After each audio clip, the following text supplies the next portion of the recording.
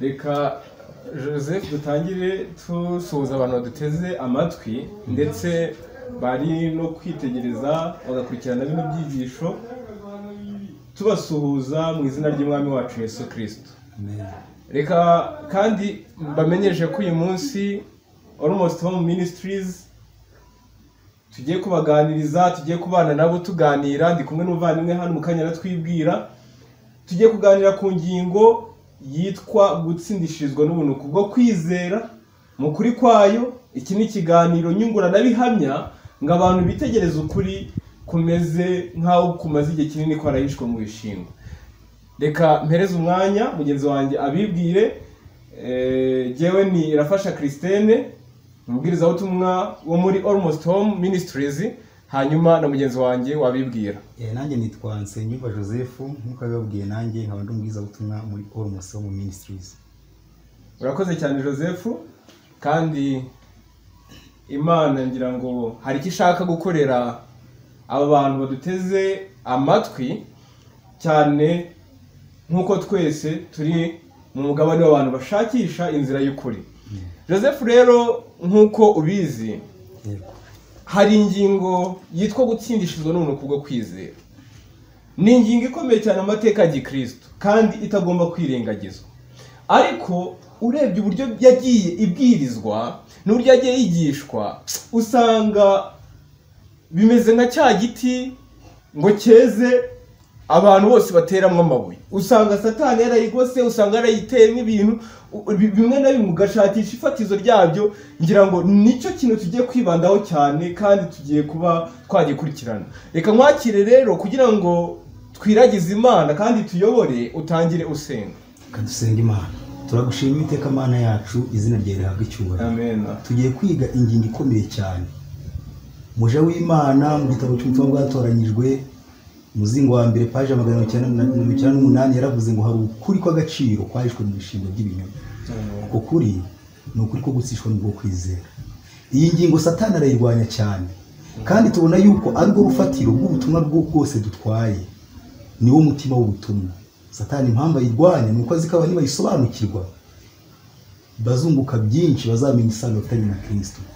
Tugiye kungurana rero kugira ngo duhishure imitego imwe ya Satani iri mitegwa muri iyi minsi, kandi ishobora gukukana benshi baramutse batabaye maso. Mwuka wera tuyobore, ari twebwe tugiye kuvuga ndetse n'abaza gutega amatwi icyigisho, twese bitugirira umumaro, birushaho gutuma tukwitegura ubwo ugiye kugaruka vuba bidatinze. Mu izina rya Yesu Kristo n'abacu tubisabye. Amen. Amen. Abantu bakwiye gusobanukirwa, ngira ngo ibyo tugiye kuba twakibandaho, hari icyitwa gutsindishirizwa n'ubuntu kubwo kwizera. Mu ncamake y'ubusobanuro bwacyo, hari irarika ry'Imana kugira ngo umuntu uri iyo ngiyo atangire yumve icyo Imana imubwira. Hari kwemezwa iby'icyaha, ndetse hari no kuba umunyabyaha agaragarijwe Kristo Yesu n'igitambo, kurabukwa igitambo cya Yesu, ndetse no kwakira imbabazi z'Imana. Hanyuma dusoreshe icyo bita ibihamya cyangwa se ubuhamya. Rero reka abaduteze amatwi bamenye yuko tugiye guhera kuri izo ngingo uko zikurikirana. Joseph, nagira ngo utangire ubwira abantu badukurikirana kandi bari kutwumva, mbese gutsindishirizwa n'ubuntu kubwo kwizera ni iki, kandi kuki ibyo bintu ari ngombwa kwigishwa, kandi kubera icyo abantu bakwiriye kumva iryo hame kandi bakanaryakira, atari kumenya gusa urutonde rw'ibintu uko bikurikira nabwo bigahinduka umugabane w'ubugingo bwabo. Ngira ngo akanya n'akawe. Urakoze cyane muvandimwe Christine. Hari impamvu dukore kwiga iyi ngingo. Iyo urebye muri Luka igice cya 24 ku murongo wa 45, Yesu Kristo yigeze avuga kuri iki kintu, maze abungura ubwenge ngo basobanukirwe n'ibyanditswe. 6 ati, niko byanditswe ko Kristo akwiriye kubabazwa no kuzuka ku munsi wa gatatu, kandi ko kwihana no kubabarirwa ibyaha bikwiriye kubwirwa amahanga yose mu izina rye bahereye kuri Yerusalemu. Nimwe bagabo bibyo. Amen. Rero ubu butumwa bwo gutsindishwa, kuko ubundi gutsindishwa n'ubwo kwizera nicyo cya kimwe no kubabarirwa. Yesu Kristo avuze ko ubutumwa bukwiriye kubwirwa iki amahanga, kandi akabitwe tugira gute tuvuga ibyo bintu. Amen. gutsindishirizwa rero bikwiriye kwigishwa kubwiye mpamvu. Iyo urebye mu itangiriro cye cya mbere umurongo wa 26 tubona Imana ire mu muntu, umuntu akarema mu ishusho yayo. Haravuga ngo tureme umuntu agira ishusho yacu ase natwe. Imana mu kurema uwo umuntu yaje kugira ibyago yumvira Satani. Mu kumvira Satani umuntu yahise kaba imbata yande, yahise kaba imbata ya Satani. Kuko iyo turebye mu gitabo cyo kugana Yesu paje yawe 13 baravuze ngo mbere umuntu akiremwa yari yahawe imico myiza n'umutima uhuguka, nta nenge yari afite, kandi yashyiraga hamwe n'Imana. Ibyo yatekerezaga byari imbonera, kandi ibyo yaragamije byareraga. Ariko kutumvira ariko kwatumye imbaraga ze zishira, maze kwikunda gusimbura urukundo yakundaga iki? Imana. Umutima wudeburwa n'ibicumuro bituma buri uko yakwitsindishiriza ubwe ngo aneshe ibibi, abimbohe ya Satani. Kandi rero yajyaga kugumya kubayo iteka iyo Imana itagira gute? Itamugoboka. Uyu muntu yaremwe asa n'Imana mu mico ndetse n'inyuma mu bigaragara, ariko uyu muntu aza kugira ibyago byo kumvira nde? Satani. Ahita akaba imbohe yande? Ya Satani. Joseph, buriya abantu bakunze kumvira ibintu mu buzima babayemo. Koko Adamu yanagize ibyago, yego, ariko abantu bataza kugira ngo ni bya byago bitubaho gitunguro. Adamu yariyahuye agira ibyago byo kwemera imyumvire yo kugeza gute? Yo kwiyahura n'umugore we washutswe. Hanyuma ibyo nibwo bwoko bw'ibyago ngira ngo uri kwerekezaho, ntabwo ari ikintu cyamugwiririye gutyo gusa. Yego, murakoze cyane. Mu yandi magambo yavuye ku kumvira Imana, none afata ubushake atangira kumvira nde? Satani. Aba imbohe ya Satani. Paulo rero yabivuze mu Baroma 3:16 neza, aravuga ngo ntimuzi yuko uwo mwihaye kuba imbata zo kumwumvira muri imbata zo mwumvira uwo. Imbata z'ibyaha biza n'urupfu, cyangwa izo kumvira Imana kuzana gukiranuka. Adamu yahise ko aba imbata y'iki? Ya Satani. Baravuze ngo umutima wudeburwa n'ibicumuro wigarurirwa no gukora iki? Ibibi. Paulo n'ubundi yongera guhita akavuga umutima cyangwa se kamere ya Adamu ikintu yahise ko yokozwa, cyangwa se uburyo yahise kimera, imitekerereze ye. Abivuga abigiranye n'umutima wa kamere. Abaroma 8:3 akavuga ngo umutima wa kamere utera urupfu, ariko umutima w'umwuka uzana ubugingo n'amahoro. Kuko umutima wa kamere ari umwanzi w'Imana, kuko utumvira amategeko y'Imana ndetse ntushobora kuyumvira. Erega burya bari mu butware bwa kamere ntibashobora kunezeza iki? Imana. Uko niko umuntu yahise kaba amaze kugira gute? Gucumura. Yahise kaba imbohe ya Satani, yasigaye muri kamere ye adashobora kumvira iki? Kumvira amategeko y'Imana. Ariko iyo urebye mu Baroma 3:23 hari amagambo avuga ngo kuko ibembo by'ibyaha ari iki? Ari urupfu, ariko impano y'Imana n'ubugingo bugize gute? Buhoraho muri Kristo Yesu. Urakoze cyane. None rero Kristene, uyu muntu umaze kuba gutya, kamere ye niyo gukora ibyaha. Ibembo by'ibyaha ni iki? Ni urupfu. Nyamara Imana ifite imbabazi, ariko ifite n'iki? N'ubutabera. Ifite imbabazi zo gukiza inyoko muntu. Yego rwose. Ariko nabwo wareba muri Nahumu, somera muri Nahumu cya mbere ku murongo wa 3 turebe. Umuntu yamaze gucumura, umuntu kamere niyo gukora ibyaha. Naho mu gice cya mbere umurongo wa 3 biravuga ngo Uwiteka ntiyihutira kurakara, afite ububasha bwinshi, kandi ntabwo yatsindishiriza utsinzwe n'urubanza. Yego. Inzira y'Uwiteka iba mu ishuheri no mu mugaro, kandi ibicu ni nk'umukungugu utumurwa n'ibirenge. Urakoze cyane. Uwiteka agira imbabazi nyinshi cyane, ariko nabwo mu butabera bwe ntashobora gutsindishirwa umutsinzwe n'iki? N'urubanza. None rero imbabazi n'ubutabera by'Imana biraza gukorana gute? Kuko nubwo uyu muntu yari amaze gucumura, amaze kwigarurwa n'icyaha, ariko Imana yari ifite imbabazi zo kongera kugira gute? Kumuzahura kugira ngo asubirane ishusho yagize gute? Yahoranye. Ushaka kubibona neza wabona mu Befeso cya mbere ku murongo wa 4 ahavuga ngo yadutoranyirije muri inde? Muri we isi itararemwa kugira ngo tubabera n'iki? N'abaziranije tutariho iki? Tutariho umugayo. Urumva ko Imana nubwo umuntu yamaze kujya ahantu habi, ishusho ikangirika, ariko Imana yifuza kongera kumuzahura, irashaka kongera kumukura aho hantu. Yesu Kristo avuga ati mwe mukiranutse kuko so mu ijuru agize gute? Akiranuka. Uwo ni umugambi Imana wo kongera gusubiza umuntu ishusho yagize gute? Yahoranye. Ariko si ibi bintu irabikora gute kitagitsindishiriza umuntu wo gutsindwa n'iki? N'urubanza. iki kibazo rero abantu benshi ndifuza ijya muri yo bakunze kukibaza. Hari umuntu bita reba yo 15 umurongo wa 14 bakunze kwibaza ikintu Imana ishobora gukora kugira ngo yongere isubize ahantu umuntu yahoze kandi ikoresheje ubutabera bwayo n'imbabazi zayo. Usoma uwo murongo. Umuntu ni iki kugira ngo yere? N'ubyawe n'umugore ngabo umukiranutsi. Yego komeza. Dore abera bayo ntabwo ibiyiringira ndetse n'ijuru ntabwo ritunganya imbere yayo. Yego. Ntaswe umuntu w'igiciramuke wangiritse ugotomera ibyaha nk'amazi. Icyo ni kibazo abantu benshi bagiye bibaza kandi n'isa abantu benshi barakibaza. Ni ihurizo rikomeye Imana yahuye naryo ry'uburyo ishobora kongera gusubiza umuntu ishusho yagize gute yahoranye. Imana rero yateganyije uburyo. Niyo mpamvu ngo ikintu cyegana kirakomeye ni uburyo Imana yateganyije ishobora gukoresha itabereye kandi igaragaje imbabazi zayo umuntu akongera agasubirana ishusho yagize gute yahoranye. Joseph ngira ngo ni nayo mpamvu abantu bagomba gusa naho bakangutse. Yego. Kuko abantu bagiye biga ubu butumwa bakabwiga mu mpande zituzuye. Yego. Hari uruhande rw'Imana yakoze itigeze igisha umuntu inama cyatangizwe n'inama y'agakiza. Ariko hari n'uruhande rw'Imana ikorera mu muntu nacyo ari ukuzura k'umurimo w'inama y'agakiza kandi izo mpande zombi. Uruhande rw'Imana ni urukundo n'ubutabera. N'uruhande rw'Imana ikorera umuntu rugomba kuzuza ibyangombwa by'ubutabera n'ibyangombwa by'urukundo. Abantu rero bamwe bize uruhande rw'Imana yakoze bisoza avuze ngo birarangiye nta cyaki kigende gute kigihari.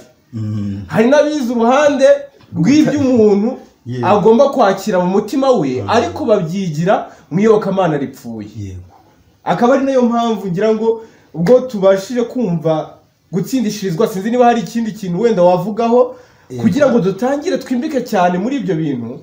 Turebe umuntu yakira ubuntu bw'Imana mu mutima we icyo gikorwa gikorwa gute mu kandi ni gute byagiye byigishwa mu buryo bupfuye bwateye abantu cyane kuzerera mu kutizera. Wenda reka ngira akantu duhita tuninjira muri izo ngingo. Yego. Imana mu mugambi wayo yateguye icyo kintu cyitwa gutsindishiriza gutsindishwa n'umugabo kugira gute kubwo kwizera. Nibwo buryo Imana yateguye umunyabyaha wamaze kwangirika ashobora kongera gusubirana ishusho y'iki y'Imana. Gutsindishirizwa ubundi wenda ku bantu basoma igitabo byadutse muso wa karindwi bizera bamwe bashobora kuzayibona uretse ko ni ijambo ry'ikigiriki bikomoka ku nshinga y'ikigiriki yitwa dikayewo. Iyo nshinga ivuga ni igikorwa bisobanura igikorwa cy'Imana. Gufatwa ni igikorwa cy'Imana cyo guhindura umunyabyaha wihannye umukiranutsi cyangwa se kugirwa umwere imbere y'ubutabera bw'amategeko. Ni ukuvuga ngo icyo nicyo bita gutsindishirwa n'ubwo kugira gute kubwo kwizera. Igikorwa cy'Imana cyo guhindura umukiranutsi wihannye iki umunyabyaha. Uko Nahuma bivuga umunyabyaha wihannye umukiranutsi polito. Uko Nahuma bari kubivuga bisa naho umunyabyaha nta kagira k'imbabazi asigarijwe. Yego. Ariko hari ikintu cyanejeje ntabwo Imana ifata umunyabyaha ngo imuhindure umukiranutsi ibare ngo yari umunyabyaha hindutse umukiranutsi. Aho ni ukumugarira ishusho nk'aho atigeze agenza gute ku buryo amategeko n'ubutabera bishakisha impamvu kuri we bikayibura. Muri icyo gikorwa rero ni Imana ibikorera. Niyo mpamvu rero iki kintu Imana niyo mpamvu yagiteganyije muri ubwo buryo ari namo tugiye kucinjiramo turebe uburyo ibyo bintu bikorerwa mu muntu kugira ngo iyo shusho ayisubirane. Urakoze cyane Joseph. Ndatekereza ko abari kumwe natwe ngicyo icyo tugiye kwinjiramo no kuba twabasha kugenda tureba uburyo bisohora mu mutima w'umuntu. Ingingo tugiye gutangiriraho ni ingingo ikomeye cyane ariko tudatindaho yitwa kurarikwa k'umutima w'umuntu. Ngiye guhereza umwanya mugenzi wanjye ayikomozeho. Turaza gukomereza no ku ngingo yitwa kwemezwa iby'icyaha. Ngira ngo ahari kugira ngo iki kintu gisa naho kinajyaniranye kuko gisa naho ari ikintu kiri hamwe twabyanirana hamwe Joseph. Ni gute Imana irarika umuntu kugira ngo atangire kumva ibyayo ari ibintu ahaye agaciro kandi ni gute uyu muntu yemezwa iby'icyaha. Yego urakoze cyane. Rero kuri ikintu kirarika ry'Imana reka tunavuge n'ikintu cyitwa abantu bakunze kuvuga ngo gushaka Imana. buriya abantu benshi batekereza yuko umunyabyaha utazi Imana ngo ari we ushobora kugira gute kuyishaka, ariko umunyabyaha nawe si ushaka Imana, ahubwo Imana igize gute nimushaka. Urugero, iyo urebye mu gitabo cy'itangiriro ku mukurambere wacu wa mbere Adamu igihe yacumuraga, dusoma mu itangiriro cya 3 ku murongo wa 8. Somera ayo magambo. Itangiriro cya 3 ku murongo wa 8. Murongo wa 8. Amaze gutandukana n'Imana, mbese byagenze gute? Niwe washatse Imana cyangwa Imana niyo yamushatse? Yazwe aravuga ngo bumva imirindi y'Uwiteka, Imana igendagenda muri yangobye mu mafi ya ni munsi. Wa mugabo n'umugore we bihisha hagati y'ibiti byo muri yo ngobyi amaso y'Uwiteka Imana. Urakoze cyane. Uwiteka Imana hamagara umugabo iramazi iti urihe? Yego. Urumva yuko ni Imana yashatse Adamu, Adamu wagize gute? Ahubwo igihe Imana ikumushaka wagize gute? Arirukanse. Ndetse niyo urebye muri Zaburi ya 53 ku murongo wa 3, Dawidi yaravuze Imana yarebye abantu iri mu ijuru ngo irebe ko muri bo harimo abanyabwenge bashaka iki? Imana. Aravuga ngo bose bagize gute? Basubiye inyuma, bose bandurijwe hamwe, nta ukora ibyiza n'umwe. Paulo narongera abivuga neza, aravuga ngo Abaroma 3:9, nuko tuvuga iki? Mbese turabaruta? Oya da, habe na gato. Kuko tumaze guhamya abayuda n'abagira iki yuko bose batwarwa n'ibyaha, nkuko byanditswe ngo ntawe ukiranuka n'umwe, ntawe umenya, ntawe ushaka iki? Ntawe ushaka Imana. Abantu rero bashobora gusa naho bazanye irindi somo bakavuga bati muzanshaka mumbone nimunshakana umwete wanyu umutima wanyu wose.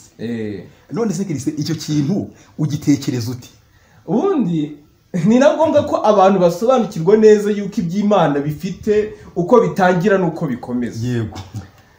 Imana izi neza ku mutima w'umuntu udashobora kwiyumvamo akayihayiho ko gushaka Imana.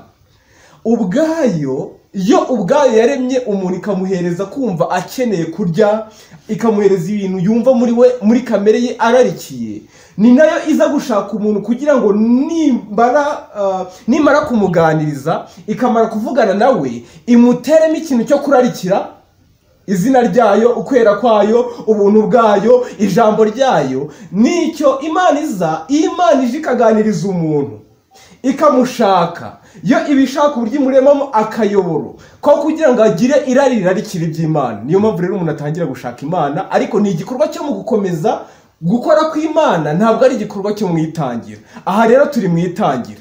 Imana niyo ishaka umunyabyaha nk'uko wari ubivuze Joseph. Umuntu ushaka Imana ni umuntu Imana yamaze gukangura umutima. Umuntu yamaze gukangura umutima, ariko mbere yuko umuntu akanguka umutima w'umuntu uba umeze nk'uwaguye ikinya, ni Imana ijya kugira gute kumushaka. Muri kumushaka rero nicyo cyitwa irarika ry'Imana. Mu kumushaka nicyo cyitwa irarika ry'Imana. Imana irarika ryayo riri mu buryo bwinshi. Ndetse mu gitabo cy'uvuze byose bavuze ko ngo ni nk'inzira igihumbi, nta n'umuntu wamenya izo nzira ni nyinshi cyane. Icyo cyo nzi ko nta n'impaka zijya giteza abantu. Imana yagusanga mu nzozi, yakusanga mu yerekwa, wakumva ijwi ryayo ikaguhamagara. Tubona nka Paulo irarika yagize uburyo Imana yumvise ijwi ry'iki ry'Imana, ubona umucyo wa Kristo atundenganyiriza iki, urinde uwo ndenganya. Imana iri kugira gute? Iri kumurabika. Hano rero bavuze amagambo bisubiye byose, baravuga ngo ku ipaje 123 bavuga ku kintu cy'irarika, baravuze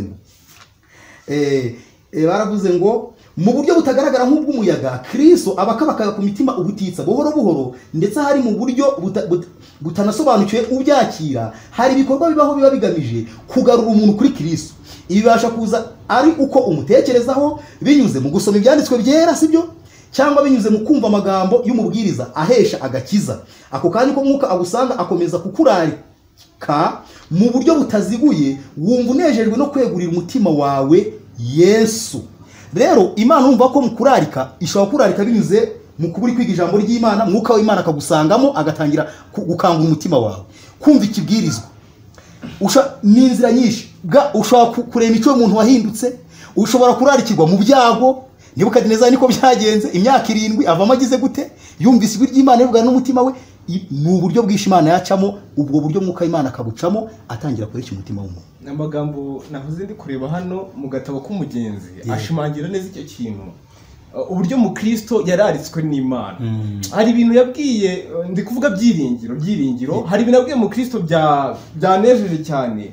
Hano yavuze ngo batangiye kuganira ngo nuko mu Kristo atangira cyatereka ngo bazi ijambo. Niki cyabanje kugushakisha kugenda uru rugendo? yiringira ati umbajije icyabanje kuntera gushaka icyakiza ubugingo bwanjye. Mukristo ati nicyo mbajije. Yiringira ati namaze igihe kirekire nishimira ibiboneka bikagurirwa mu iguriro ryacu, ariko none nemeye yuko ibyo bintu byari kuzandimbuza iyo nkomeza kubikunda. Mukristo ati ni ibiki? Yiringira ati ni ubutunzi bwose bw'iyi si, nishimiraga cyane ibiganiro bibi no gusinda no kurahirira Imana ubusa no gutukana no kubeshya no gusambana no kwica isabato n'ibindi bisa bityo bishaka kurimbuza ubugingo bw'umuntu, maze numva iby'Imana mbibwirwa nawe na mwene data mwizerwa wiciwe mu iguriro ry'imburamumaro bamuhora kwizera kwe n'ingeso ze nziza. Ubwo butumwa mwambwiye bumenyesha yuko amaherezo ya bya bindi ari urupfu, kandi ko ari byo bizanira umujinya w'Imana abatayumvira. Iyo ukomeje amagambo usanga ko ubwo butumwa bwongeyeho ibintu bikomeye. Yaravuze ngo ibintu byamwibutsaga yuko none hari umunyabyaha, ngo icyambere iyo nahuriraga n'umunyangeso nziza mu nzira, imico y'abantu bihariye, iyo numvaga umuntu asoma igitabo cy'Imana, iyo nabaraga umutwe, ibyago, uburwayi, iyo numvaga yuko mu baturanyi banjye barwaye, iyo nahuraga n'abagiye guhabwa umuntu, iyo numvaga yuko umuntu akindutse, iyo nibukaga ko nanjye nzapfa, cyane cyane iyo nibukaga yuko ntazabura gucirwa urubanza vuba. nguko Imana irarika mu buryo butandukanye. Imana rero itangira gushaka iki? Umunyabyaha. Rero Imana tubonye ko ari irari ku munyabyaha cyangwa se imushaka, ntago ari umunyabyaha ugira gute, ntago ari umunyabyaha uyishaka. Noneho rero kugira ngo iki kintu duse naho tucyahuranije tuhita tunakomeza. Yego. Kugira ngo Imana ishaka umunyabyaha, hari uruhare rw'umubwiriza butumwa. Yego. None umubwiriza butumwa, ngiye kuvuga ikintu ahari Joseph utaza guseka kuko kirakomeye. Yego. Umubwiriza butumwa ko Imana ikoresha ibyago irarika, azagenda yica umwana w'umubyeyi kugira ngo umubyeyi yihane. Azagenda ateze uburwayi se. Umubwiriza butumwa ni iyihe nshingano yiwe muri iyi nzira yo kwihana ku munyabyaha, nk'umuntu wabaze kwihana agahinduka umubwiriza kugira ngo abwirize ibya Kristo, abone uko abantu biyunga n'Imana. Rero nuvuga ngo ibyo bintu ntabwo umubwiriza butumwa inshingano yari ko azagenda ngo yica abantu, akora ibintu. Hari ibintu muri gahunda y'Imana byo iyo ishobora kukontorora ibintu byose, ishobora kwemera ko bibaho, Imana igahita ko igira uburyo ikanga umutima w'umuntu. Ariko umubwiriza butumwa ntasabwa guteza ibyago, kuko icyo nacyo ni icyaha. Guteza ibyago ntabwo ari iby'umubwiriza butumwa. Hari ikintu Imana yahishuye umubwiriza butumwa asabwa gukora, ni ikintu kimwe. Umubwiriza butumwa cyakoze wenda imico ye ishobora gukora ku muntu agatangira gushaka Imana, ariko hari ikintu cyahishuwe, akwiriye kubwiriza ijambo ry'Imana. Reka nsoma aya magambo. Kandi ubwo twatangiye kujya ku kintu cyitwa guhishurirwa ibyaha nk'uko wagize ugira gute, cyangwa se kwemezwa iki? Ibyaha. Kuko Imana itangiye kurarika umuntu muri zino nzira tubonye nyinshi, Mwuka w'Imana akorera muri ubwo buryo bwose, noneho ariko umugambi we ari ukugira ngo yemeze umuntu ubibwa bw'umutima we. Niyo mpamvu hano baravuze ngo umubwiriza butumwa yemeye ko mbese nuvuga ngo atangiye kubwiriza ijambo binyuze mu ijambo Imana ikora ari ku munyabyaha. Bigenda gute?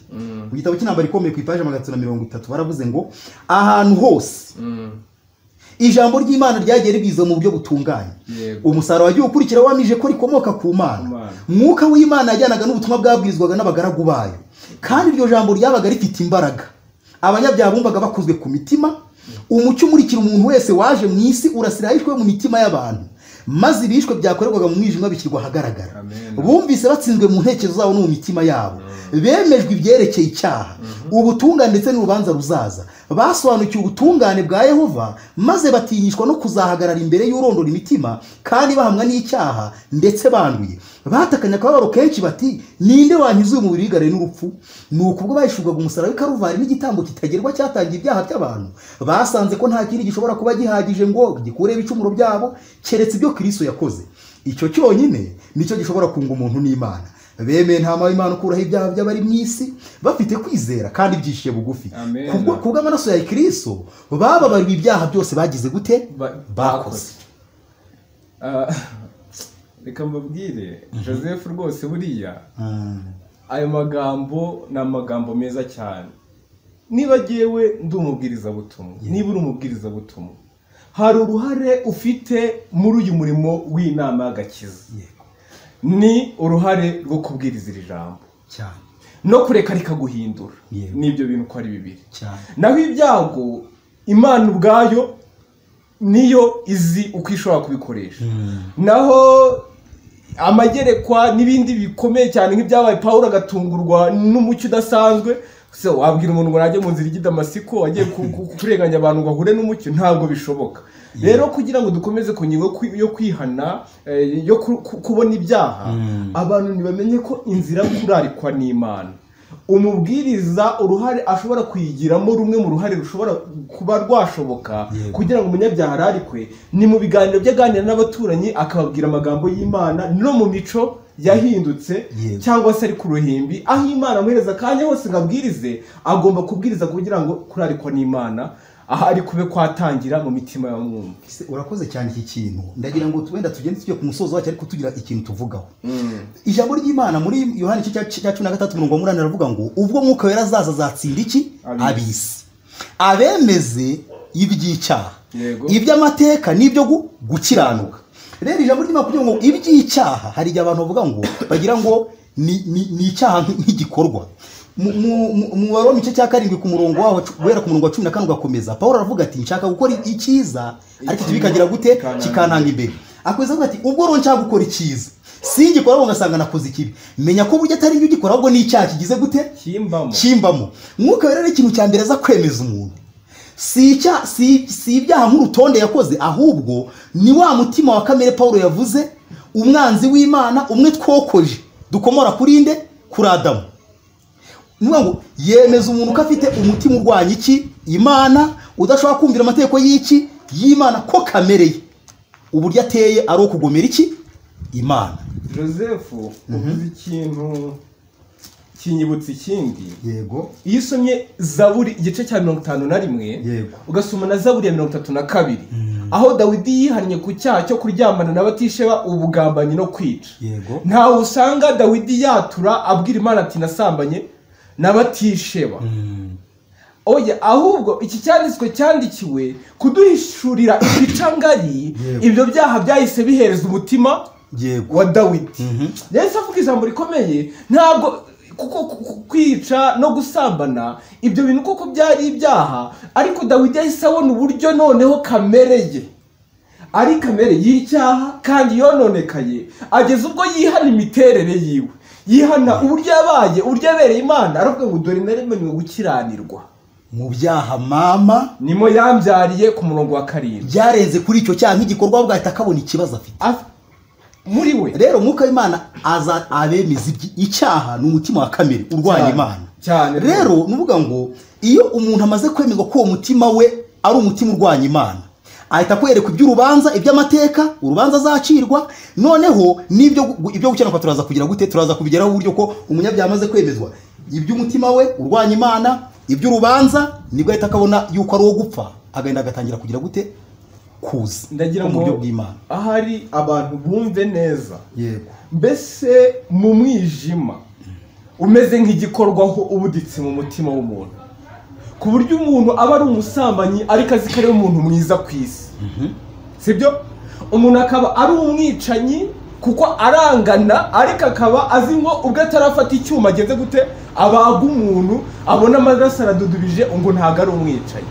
Umuntu akaba ibyaha biri muri we ariko biri muri wa mwijima, umeze nk'igikorwaho, umwijima ubuditse cyane, ariko uyu muntu akaba atabizi. Ni gute uyu muntu, ni ubuhe buryo Imana ikoresha bwo kugira ngo uyu muntu amenye neza ko muri we afite ikibazo cy'iyo kamere y'icyaha? Yego. Rero nkuko twari turi kubivuga, ni ukuvuga ngo ijambo ry'Imana, Mwuka w'Imana ajyana naryo akemeza umuntu ubibwa umutima we. Ariko ku kintu twari turi kuvuga, Christian, umfashe kugira ngo ikintu tuze nk'abakivuyeho, kuko ahantu hari urujijo.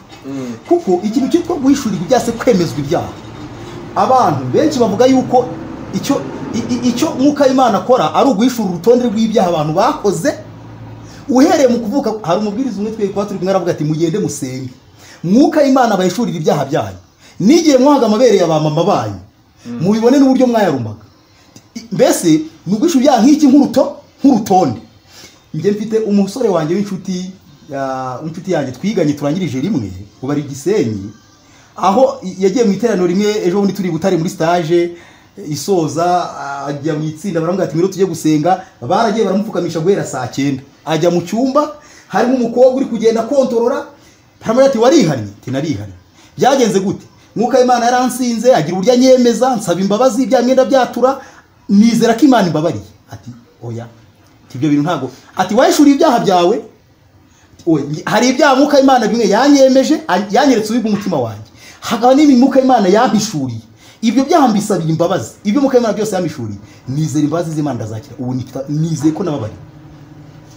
Baramubwira ati ibyo bintu ntago ari byo, ugomba kugenda yara. Baramupfukamishije. Christine umusore yaje atubwira, yagiye saa 8 yagarutse saa 4 z'ijoro mu cyumba. Baramubwira ati genda upfukame mpaka wishurirwa ibyaha byawe byose, nk'urutonde ugomba kubibona uhera mu bwana bwawe. Iki kintu kirakomeye cyane, ndagira ngo se hari amagambo hano mu gitabo cy'Ufuze byose ku ipaje 20 abantu bakunda kwibeshya. Baravuze ngo habaho ubwibibi by'abantu bibakoze isoni bigatuma bareka ingeso zabo mbi zimwe bataramenya ko ari Kristo bareshya. Iteka iyo abantu bagerageza guhinduka ukundi babikuye ku mutima, haba hari igitota imitima yabo kikangura kikayitera guhinduka ukundi. Ibibi byo mu kubaho kwabo ni icyaha cya kamere cyo mu mutima, byose barabishurirwa bagatangira kugira icyo bumva cy'igitangaza cyo gukenerwa kwa Yesu, bakumirwa bati jambo cyangwa kintu. Ibi byo mu kubaho kwabo ni icyaha cya kamere ngo barabishurirwa. Hari abantu bagira ngo ibi byo mu kubaho kwabo abantu berekwa ni ibyaha nk'urutonde. Nyamara reka mubwire ikintu hano ijambo ry'Imana rishatse kuvuga ku ipaji 36 mu gitabo n'ubundi kino gitabo cy'Urwa na Yesu, bavuze ngo ibi byo mu kubaho kwabo. Dore ukuntu hano bavuze paji 36, kuko umutima wawe wamaze gukangurwa n'Umwuka Wera, wakubise amaso ibibi bimwe bizanwa n'ibyaha n'iby'imbaraga zabyo n'ishyano rizanwa nabyo, maze wumva ubizinutswe, wumva yuko ibyaha byagutandukanyije n'Imana, kandi ko uri imbata y'ubutware bw'ibibi. Uko urushaho kurwanira kubicikaho niko urushaho kumva ko bikunaniye, kwifuza kwawe kuranduye, umutima wawe urahumanye, ukabona ko ubugingo bwawe bwose bwuzuye ibyaha no kwikanyiza. Bwuzuye ibyaha no kugira gute? No kwikanyiza. Yoze ngo ibi byo mu kubaho kwabo, ikintu Mwuka w'Imana kwemeza ni iki? Ni uko ufite imimerere yawe rwanya Imana. Ikindi ni uko ibyo wabayeho byose nk'uko Yesaya yabivuze, n'ibyo wagerageje gukiranuka byarimo kwikanyiza, bwari ubushwambagara rumeze nk'iki, nk'ibizinga. Joseph, abantu bakwiriye kumenya neza uko Imana yagennye ibintu mu ijambo ryayo.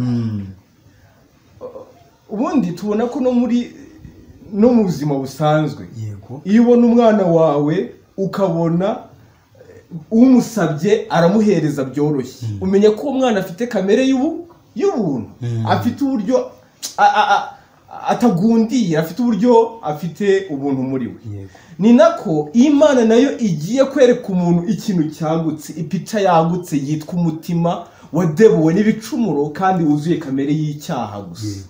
Imana ihera ku byaha bimwe na bimwe uwo muntu aba yarakoze. Nibyo usomye aho ngaho, umuntu yareba uburyo yasambanye nka Dawidi, yareba uburyo yishe Uriya, agahita noneho ijambo rivuye kuri Natani ry'Imana rikamurika umutima we rihereye kuri ibyo byaha, kugeza ubwo umuntu avuze atumva ubundi se niki kiza nta kiza nigeze nkora. Imbara usobe muri Yobu 3:3 umurongo wa 9 byatureba icyo kintu buryo Imana ihera ku kintu runaka, ibyaha bimwe byo mu mibereho y'umuntu nk'igihamya cy'uko umuntu iby'Imana iri kumushinja ari ukuri. Bibiliya hano iravuga ngo kandi iyo baboheshejwe iminyururu bagafatishwa ingoyi z'umubabaro, ibereka imirimo yabo n'ibicumuro byabo uko bagenje bibona, kandi izubura amatwi yabo ngo bumve ibyigisho, ikaba bihanangiriza kuva mu byaha. Niba yumvira bakayikorera bazamara iminsi yabo baguwe neza, bazamara n'imyaka yabo mu byishimo, ariko niba tumvira bazarimbuzwa inkota kandi bazapfa ari nta bwenge bafite. Dusoza kuri iyi ngingo, uko ni ukuri Imana yifashisha ibintu bimwe, ibyaha bimwe, ishobora kuzana n'ibyo mu bwana, ibyo ni Imana ibikora ku bushake bwayo, ariko yifashisha ibyaha bimwe runaka ikabikwibutsa nk'igihamya kikwemeza ko ibyo iri gushinja ari iki, ari ukuri. Joseph, nyemerera iyi ngingo tutarayisoza, yego, kuko ni ingingo ikomeye cyane. Igitabo cya Yohana igice cya 1 umurongo 12 ni isomo ry'ikimenywa bose. Yohana yaranditse ngo icyakora aba mwemeye bakizera izina rye yabaha ubushobozi bwo kuba abana b'Imana. Kuki ijambo ryatangiranye no kwemera? Nukuvuga ngo umuntu kamere yiwe yaradebutse kugeza ubwo we ubwe atazi kari iki, kari umunyabyaha, aribona. Niyo mpamvu Yobu iriya jambo ibere kuko bagenza gute bibona. Nukuvuga ngo ibyaha by'umuntu ababikorana ubwibone bwo kwanga kwemera kari umunyabyaha, ahubwo akagundira ibyaha bye nk'aho ari ubutunzi bw'agaciro kenshi, yamara kubigundira nk'aho ari ubutunzi bw'agaciro kenshi, kugira ngo Imana izamushyikire igomba kubanza ikamwereka uwo mwanda, ikamuvana ku bwibone kugeza ubwo yemeye ko ari umunyabyaha, akavuga nka Pawulo ngo icyakora nemera ko Yesu yaje gushaka abanyabyaha kandi muri bo nijye w'imbere. None se Kristo reka nkubaza, iyo umuntu avuga ngo Imana yerekana ishusho, iyo umuntu avuze ngo Imana ngo hari ibyaha yanyeretse nk'urutonde, ubwo bushatse kuvuga ko utari wihana, hari imibereho wabayeho ukora ibyiza, none akaba n'igihe wajya gubaho ukora nabi, kandi ijambo ry'Imana rivuze ngo turawe yaremye, Abefeso 2:8, ngo mwakijwe n'ubuntu si kubw'imirimo, kugira ngo hatagira ugira gute uwirarira, kuko turawe yaremye ituremeye imirimo myiza ariko muri Kristo Yesu. Urakoze cyane Joseph. Abaroma 14 noneho ku murongo wa 23 kuri B bahise babisongera neza, baravuga ngo kandi igikorwa cyose kidakoranywe kwizera kiba ari icyaha. Abayobora 11:6, kuko utizera ntibishoboka ko ayinezeza. Ikintu cyose umuntu yakoze atarize itambo cya Kristo byari bipfuye, n'ibyo yagejeje gukiranuka. Yesu aravuze ngo ni nk'ubu niba yarareze imfubyi yazigiriye neza mu bunyacyaha bwe zibaho, ariko ntabwo bivuze ko yabikoranye umutima wibona. Imana rero igira bimwe yemeza umuntu nk'uko muri yo twabibonye, kandi ibyo bintu akenshi bafitanye isano n'uburyo Imana izasibura amayira umuntu aba yarasibye mu mibereho ye, kuko akenshi ibintu Imana yemeza ikabishurira umuntu ni ibintu nibigera no mu gihe cyo kwatura. Imana imuteje intambwe agomba kugenda katura, kuko ibyo bintu bimeze nk'ibyasibye amayira ye yose mu bunyacyaha bwe yagize gute yabaye. Umuntu rero amaze kwemezwa ibyaha Joseph, amaze kubona icyaha nk'igikorwa nyamukuru cyo kwemezwa bimwe mu byaha byo rero yiwe. Uyu muntu amenye ko muri we harimo kononekara kwazanywe n'icyaha, kandi ko nta cyiza abasha kugenza gute gukora. Uyu muntu wari winjiriye mu irembo ryitwa kwatura, ariko reka tunakomeze, uyu muntu niki kimugeza ku kwatura? Uyu muntu rero ubwo tugiye kujya ku ngingo yitwa guhishurirwa umusaraba wa Yesu. Uyu muntu umaze gutsindwa mwuka Imana amaze kumwemeza uko ateye, uyu muntu ahita akagira agahinda ko mu buryo bw'Imana. Twasoma mu gitabo cy'intambara ikomeye ku ipaje 530 ngo bamaze guhishurirwa uko bateye, batakanya akababaro kenshi bati ninde wankiza uyu mubiri wigaruye n'iki n'urupfu. Bagize agahinda baratatse, nuko ubwo bahishuraga umusaraba w'ikaruvari n'igitambo kitagerwa cyatangiye ibyaha by'abantu. Ikintu gikurikiraho, iyo mpamvu muri bano bavuze ngo abemeza iby'icyaha iby'amateka, ubwo ni urubanza n'ibyo gukiranuka, uwo ni umusaraba karuvari. Aba bantu bahita ko mwuka Imana ntago barekeraho, ahubwo mu gihe bishwe n'agahinda bari mu mubabaro utavugwa batazi aho bakirira, mwuka Imana ahita ko abahishurira iby'iki iby'ikaruvari. Karuvari rero iki kintu kirakomeye. Gwishirwa karuvari ni iki? Ndifuza ko Kristo ugira ikintu uvuga gwishirwa karuvari ni gute umunyabyaha ari buze gwishirwa na karuvari. Mbese kuko tuzi ko muri iyi minsi arabantu bavuga ngo ukura ku gitambo, ati ni ukubona Kristo bamutera iki icumu. Hari n'abantu bamwe twanahuye, ibi mbabwira ntago ari kubabeshya, n'umusore mu majyepfo ari kumbwira ati abantu bageze rwego kuvuga ngo nabonye intama y'umweru, ubwo ngo ni intama w'iki ni igitambo. Ugomba kubona Kristo bamucumita ibintu nk'ibyo. Mbese kurabukwa umusaraba gwishurwa karuvari ni iki? Bishurwa gute? Umuntu yishurwa karuvari gute? Urakoze cyane Joseph. Abantu reka tubabwire ko Bibiliya yahawe ibigereranyo bibiri bikomeye. Yahawe ikigereranyo mu Baheburayo 4:12 cy'inkota igera mu bugingo, igatandukanya ubugingo n'iki n'umusokoro, kandi ngo ikabangukira kugenzura ibyo umuntu yibwira akagambirira, ari naho ahita haziramo kurondorwa ngo ibyanditswe byera byose byamumetswe n'iki n'Imana, kandi byira umumaro kwigisha umunyabyaha no kumwemeza ibyaha. Urwandiko rwa 2 Pawulo yandikiye Timoteyo 3:16. Uyu munyabyaha Imana imaze gucumita ngabo bumvise ibyo ibyakozwe mu mwaka 37 mu gihe cya Pentecote, amaze kumva ibya Petero yabwiye adaca ku ruhande icyaha kivuze mu izina ryacyo, bibacumita mu mutima akamaro k'ijambo ry'Imana nk'inkota. Uyu muntu ahita yayorwa ku ijambo ry'Imana nk'umutsima. Yohana 6:6 byanditswe biravuga ngo nijye mutsima w'iki w'ubugingo. Maze abantu baracanganyikirwa batese uyu muntu kari kuvuga ngo urya inyama ze akabona amaraso ye ngo umuntu azagira ubugingo. Yesu ahita avuga ku murongo wa 63 ngo amagambo mbabwiye ngo umubiri ntacyo umaze, ariko amagambo mbabwiye niyo ahesha umwuka ndetse n'ubugingo. urakoze cyane. Rero mwari magambo guhishurirwa Yesu Kristo tumwishurirwa ni igikorwa cya Mwuka w'Imana, kuko Mwuka w'Imana ngo abemeze n'ibyo gukiranuka. Mwuka w'Imana yishura Yesu Kristo mu ijambo ry'Imana. Mwari magambo umunyabyaha wamaze gusabagira ahishurirwa ibyo Kristo yakoze kubwe, ngo amenye ko ibyo bintu ari byo byonyine bishobora kugira gute kumukiza. Umunyabyaha mu yandi magambo Mwuka w'Imana muyishurira. Niba navuga Yesaya 53, iyo somye Yesaya 53 tubona amagambo ku murongo wa 4 navuga ngo Yesaya 53 umurongo wa 4, n'ukuri intimba zacu nizo yishyizeho, imibabaro yacu niyo yikoreye, ariko twebwe twamutekereje nk'uwakubiswe n'Imana agacumitwa nayo, agahitamishwa n'imibabaro. Nyamara ibicumuro byacu nibyo yacumitiwe, yashenjaguriye gukiranirwa kwacu, igihano kiduhesha amahoro cyari kuri we, kandi imibyimba ye niyo adukirisha. Mwuka w'Imana yagura ibyo bintu mu bitekerezo by'umunyabyaha, akabona icyo Kristo yakoze kubwe, kandi ko aricyo cyonyine gishobora kugira gute kumukiza. Ikintu nshaka kugira ngo abantu rwose bagumane mu bitekerezo nk'ikiri kuvugwa aha, ndetse ababwiriza bagomba kubwiriza, ni ukubwiriza Yesu Kristo mu byanditswe. Umurimo wo gutsinda umuntu no kumwereka Karuvari ukorerwa mu mutima, ariko umubwiriza yabwirije amagambo yanditswe. Kuko iyo usomye iyi nzira yo kwihana nk'uburyo yigishwa bwo kuva muri Egiputa ujya muri Kanani, usanga ko Abisirayeli mu gice cya 12 cyo kuva, ngo muri iryo joro ku murongo wa 8 bazarya inyama zawo zokeje, ni Yesu washenjaguwe, bazirisha imitsima itasembuwe, ijambo ry'Imana. Ni ukuvuga ngo Kristo Yesu asobanurwa neza n'ibyanditswe byera byo mutsima utarasembuwe. None abantu mu kurya ibyanditswe byera bakisanga bari kurya inyama zokeje, ariwe Kristo Yesu washenjaguwe, ndetse bakisanga bari kuzirisha imboga zisharira, ari byo bibyara agahinda. Kuko agahinda ko mu buryo bw'Imana ni ikintu kizanwa no kwitegereza urukundo rw'Imana n'ubugomeramana twahoranye, n'uburyo bwashenguye umutima w'Imana ku musaraba.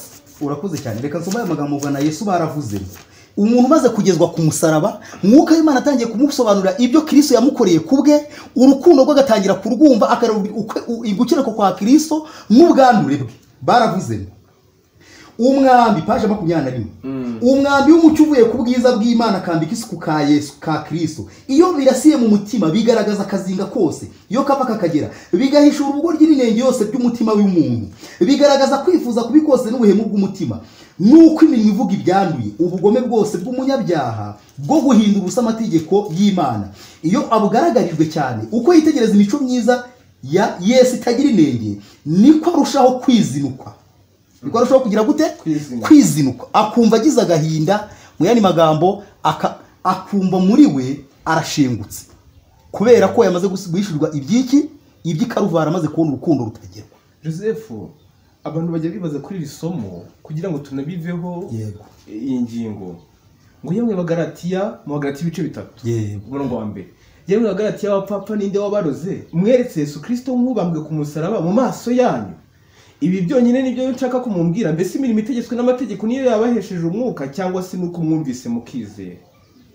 Muri abapapa mutyo mwatangije iby'umwuka, none mubiherukije iby'umubiri. Ya mibabaro myinshi mwayibabarijwe ubusa, niba ari y'ubusa koko. Mbese ibaha umwuka igakora ibitangaza muri bimwe, ibikoreshwa nuko mukora imirimo itegetswe n'amategeko, cyangwa nuko mwumvise mukizera? Urakoze cyane. Bumvise Pawulo avuga ibya Karuvari, bumva Pawulo asobanura imibabaro ya Yesu, aho ihuriye n'ubunyacyaha bw'umuntu, n'uburyo igihano kiduhesha amahoro cyari muri we. Nuko muri uko kumva Mwuka w'Imana ahishura Karuvari mu bwabuke bwayo, barangije kumva barizera. Pawulo agiye kubabwira avuga ku bigisha b'ibinyoma, aravuga ati ariko ninde wabaruze? Mwebwe mweretswe Yesu Kristo nk'ubambwe.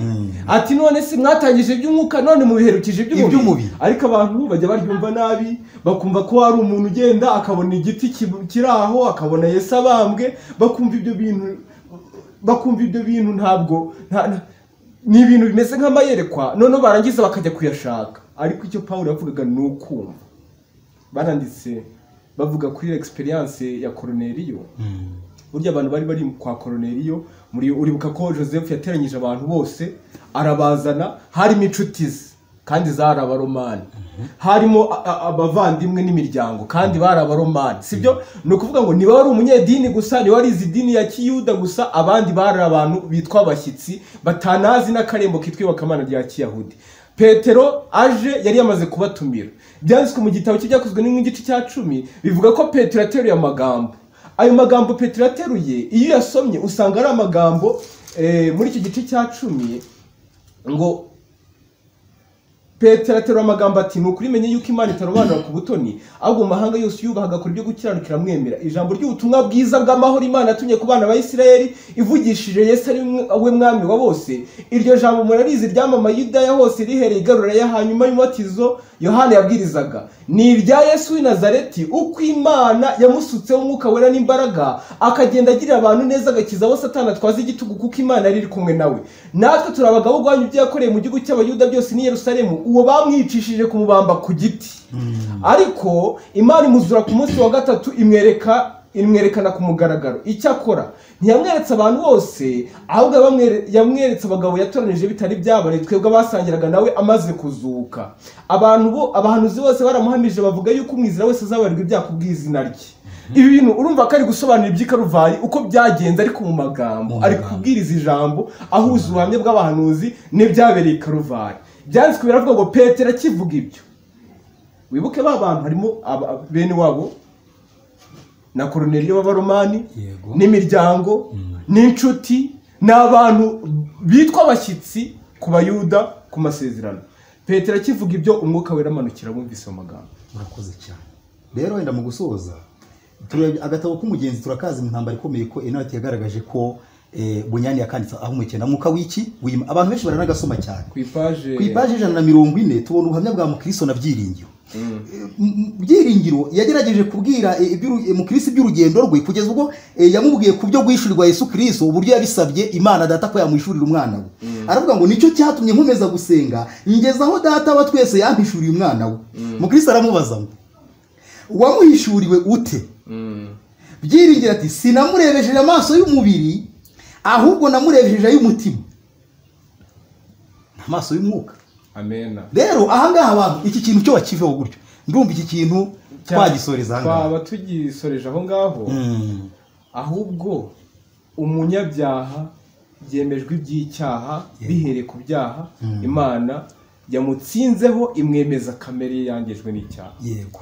Umunyabyaha akibona kagushije ishyano yeretswe karuvari no gukiranuka kw'Imana, none ashengutse mu mutima. Yego. Kubw'ibyaha yakoze. Ariko se niki kiraza gutuma adakomeza kuba mu mwijima mu gicucu cya karuvari ahubwo akajya mu mucyo wa karuvari? Niki kiratuma ajya mu kunezezwa n'iby'Imana yakoze? Kristo urakoze cyane. Paulo yanditse mu Waroma 2 ku murongo wa 4 aravuga ngo kandi usuzugura ubutunzi bwo kugira neza kwayo nubwo imbabazi zayo nubwo kwihangana kwayo. Ntuzi yuko kugira neza kw'Imana ariko kukurereza kukwihana.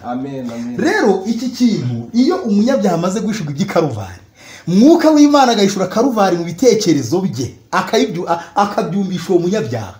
Reka nkubwire ikintu umunyabyaha atangira kumva, atangira kumva urukundo rw'Imana mu buremere bwayo.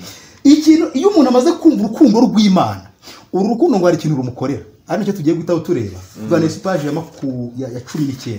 Turebe ikintu urukundo rukora.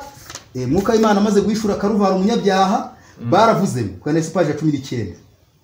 Yesu yaravuze ati nimanuka hejuru y'isi nzikuriraho bose. Umunyabyaha akwiye guhishurirwa Kristo akamenya ko ari we mukiza wamanitswe ku musaraba azira ibyaha by'abisi.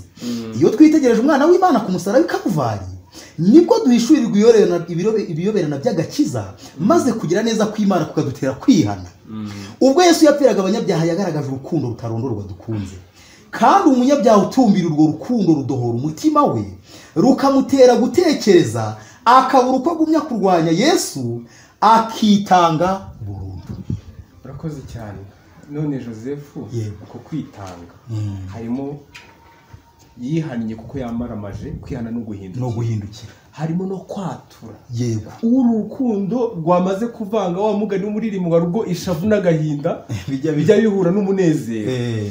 Anejejwe n'ikimana yamukoreye kandi yarababajwe n'icyaha cye. Uyu muntu hari ikintu agomba kwatura, araza kugira isoni zo kuvuga? Ntibishoboka. Rero niyo mpamvu iki kintu, niba umuntu nyabyo amaze gusobanukirwa n'urukundo rw'Imana, uru rukundo ngo rudebura umutima we. Mu yandi magambo asobanukirwa yuko umwami yararusemo gukorera ariwe Satani, icyo amushakira ari urupfu. Ariko Yesu Kristo yamushakira ubugingo bugize gute buhoraho. Urwo rukundo ngo ruramukurura, rukamubohora ku minyururu yose yari muhere kuri Satani, rukamutera gufata icyemezo akavuga ati ndahindukiye, uhereye none mpisemo gusezera Satani, neme gukurikira nde? Yesu Kristo. Aribyo byitwa kugira gute? Kwihana. Imbaraga y'urukundo iramureshya. Rero uyu muntu maze kwegura Yesu Kristo umutima we, kubwuko yamaze kumva urukundo Kristo yamukunze, uyu muntu abagiye guhinduka umuhamya. Abagiye guhinduka umuhamya wa Kristo, abagiye kuba ambasaderi. Niyo mpamvu uyu muntu n'ubundi mwuka w'Imana muteza indi ntambwe, kuko mu gihe cyose yamaze imibereho y'abanyacyaha aba ameze nk'umuntu wasibye amayira. Ibi bibyo baragiye akora, aba yarahemutse, hari n'ababa baribye, ababa barabeshye, kugeza ubwo amayira yose aba ameze nk'agize gute? Nk'ayasibanye, kugira ngo abere ambasaderi Yesu Kristo. Si ikintu cyagira gute? Cyamworohera. Niyo mpamvu mwuka w'Imana ku muntu amaze guhindukira by'ukuri, azi ko agiye guhamya Kristo mu batuye isi, uyu muntu asabwa kwatura iki? Mwuka w'Imana amuteza iyo ntambwe. Mu Rwanda rwa Yohana igice cya 9 biravuga ngo ariko nitwatura ibyaha byacu niyo yo kwizerwa kandi ikiranukira kutubabarira ibyaha byacu no kutwezaho gukiranirwa kose. Bigaragara ko mbere y'uko umunyabyaha ashyikira imbabazi z'Imana hari ikintu cyitwa kwatura. Kuko biravuga ngo uhisha ibicumuro bye ntazagubwa neza, ariko ubyatura akabireka azababarirwa.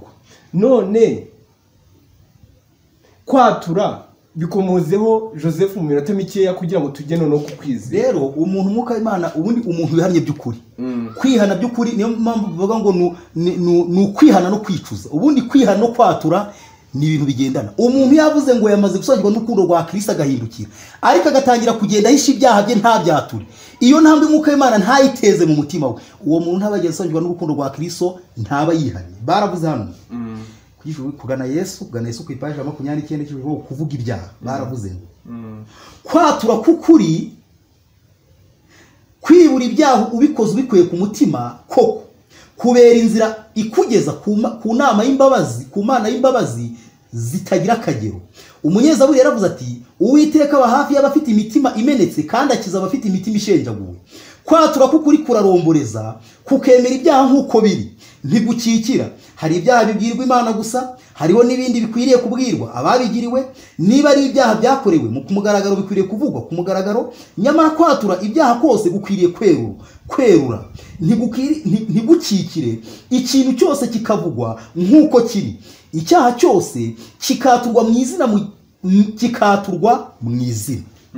Mu yandi magambo rero, umuntu wamaze gutsindwa n'umwuka w'Imana, karuvara akayishurirwa, urwo rukundo rukamureshya, uyu muntu ashobora guhisha ibicumuro bye, abyatura mu izina ryabyo nk'uko ijambo ry'Imana. Abo yahemukiye biherereye akabasaba imbabazi biherereye. Yaba yarakora icyaha muri karitsiye, ubwo agenda hose yamamaza ko yagenje gute?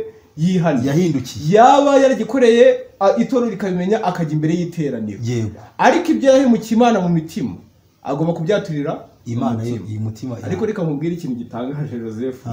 Abantu bumvise uburyo uku kwatura Imana idashaka kwandagaza umunyabyaha, bituma bikomeraho, kuko imitima itemeye gushenjagurika n'ibyo bagombaga kwaturira ku karubanda. Bahita bavuga ati rero tugiye gukebereza mu irembo ryo kubyaturira Imana, n'ubundi ni nayo yahemukiwe. Banga gusaba imbabazi abo bahemukiye kubera guhagarara ku cyubahiro cyabo. Niyo mpamvu abo bantu bashobora kwisanga batarihannye, ndetse ikidodo cy'ibyaha kigakomeza kuba mu mitima yabo, kuko Imana y'inyembabazi yakira umuntu ufite umutima umenetse kandi wicishije bugufi. Icyo ni igihamya cy'uko baticishije bugufi. Suko Imana imbabazi zayo zitangira kuri kondisiyo y'uko umuntu yatura.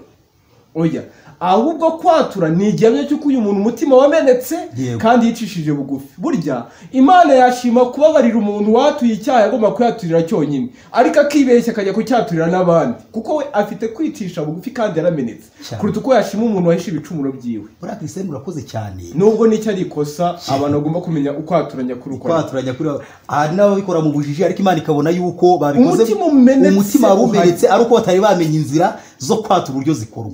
Ariko iki kintu nshuti yanjye kirakomeye cyane, kubera ko ubundi niba kuko umuntu avuga ko yihannye urukundo rwa Kristo yarwumvise rukamureshya, uyu muntu azatura, iby'icyubahiro bizashira muri we, ibyo kwihagararaho nubona umuntu agihagaze ku cyubahiro cye afite isoni, icyo ni igihamya cy'uko urukundo rw'Imana tugeze gukorera mu mutima we.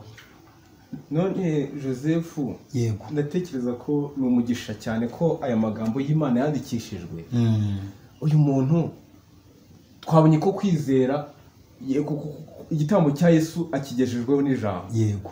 None kubabarirwa, kwakira imbabazi, kuko abenshi babishyira mu rwego rw'ibimenyetso. Yego. ni ukubona umusaraba, ni ukumva indirimbo, ni ukubona isomo n'ibindi byinshi cyane. Ni iki gituma umunyabyaha umutima usubira mu gitereko? Yego. Mbese akumva ibintu by'ubwoba, ibintu byo gucirwaho iteka, guhagarika umutima bibaye nk'ibituruye, bigize gute? Birashize. Kandi atari ukwihesha amahoro. Atari ukwihesha amahoro. Umutima w'umuntu usha ibintu byose gushukana. Christian, niba umuntu ngo twabisomye ngo umuntu amaze gutumbira urukundo rwa Kristo, Karuvari gayishuka, uru rukundo akarwumva, bimutera guhindukira. Rudohora umutima we rukawutera guhindukira, ibyo bita kwihana. Kandi uyu muntu mu by'ukuri ibyo bintu byamaze mwuka Imana amaze gukora umurimo mu mutima we, ntashobora gukikira mu buryo runaka kubw'icyubahiro cye, ahubwo Imana imuteza intambwe mu mutima yo kwatura ibyaha. Ariko Christian ajya mu meshi ikintu, wari uzi ko buri Imana ibabarira umuntu na mbere yuko yatura ibyaha byose ku bantu bose yagiye ahemukira? Wari uzi ko umurimo wo kwatura unagenda rimwe ukanagera no mu rugendo rwo kwezwa? Ariko ikintu Imana ngira ngo wenda abantu babyumve gutya, hatagira umuntu wenda azavuga ati buriya Imana izambara n'umurimo wo kwatura ntagize gute, ntawukoze. Igihe cyose umuntu amaze gusobanukirwa n'urukundo rwa Kristo, urugero n'abari igisambo ku musaraba. Igisambo ku musaraba ngo cyarabuswe cyagize gute? Cyarihanye amaraso igitambo cya Kristo.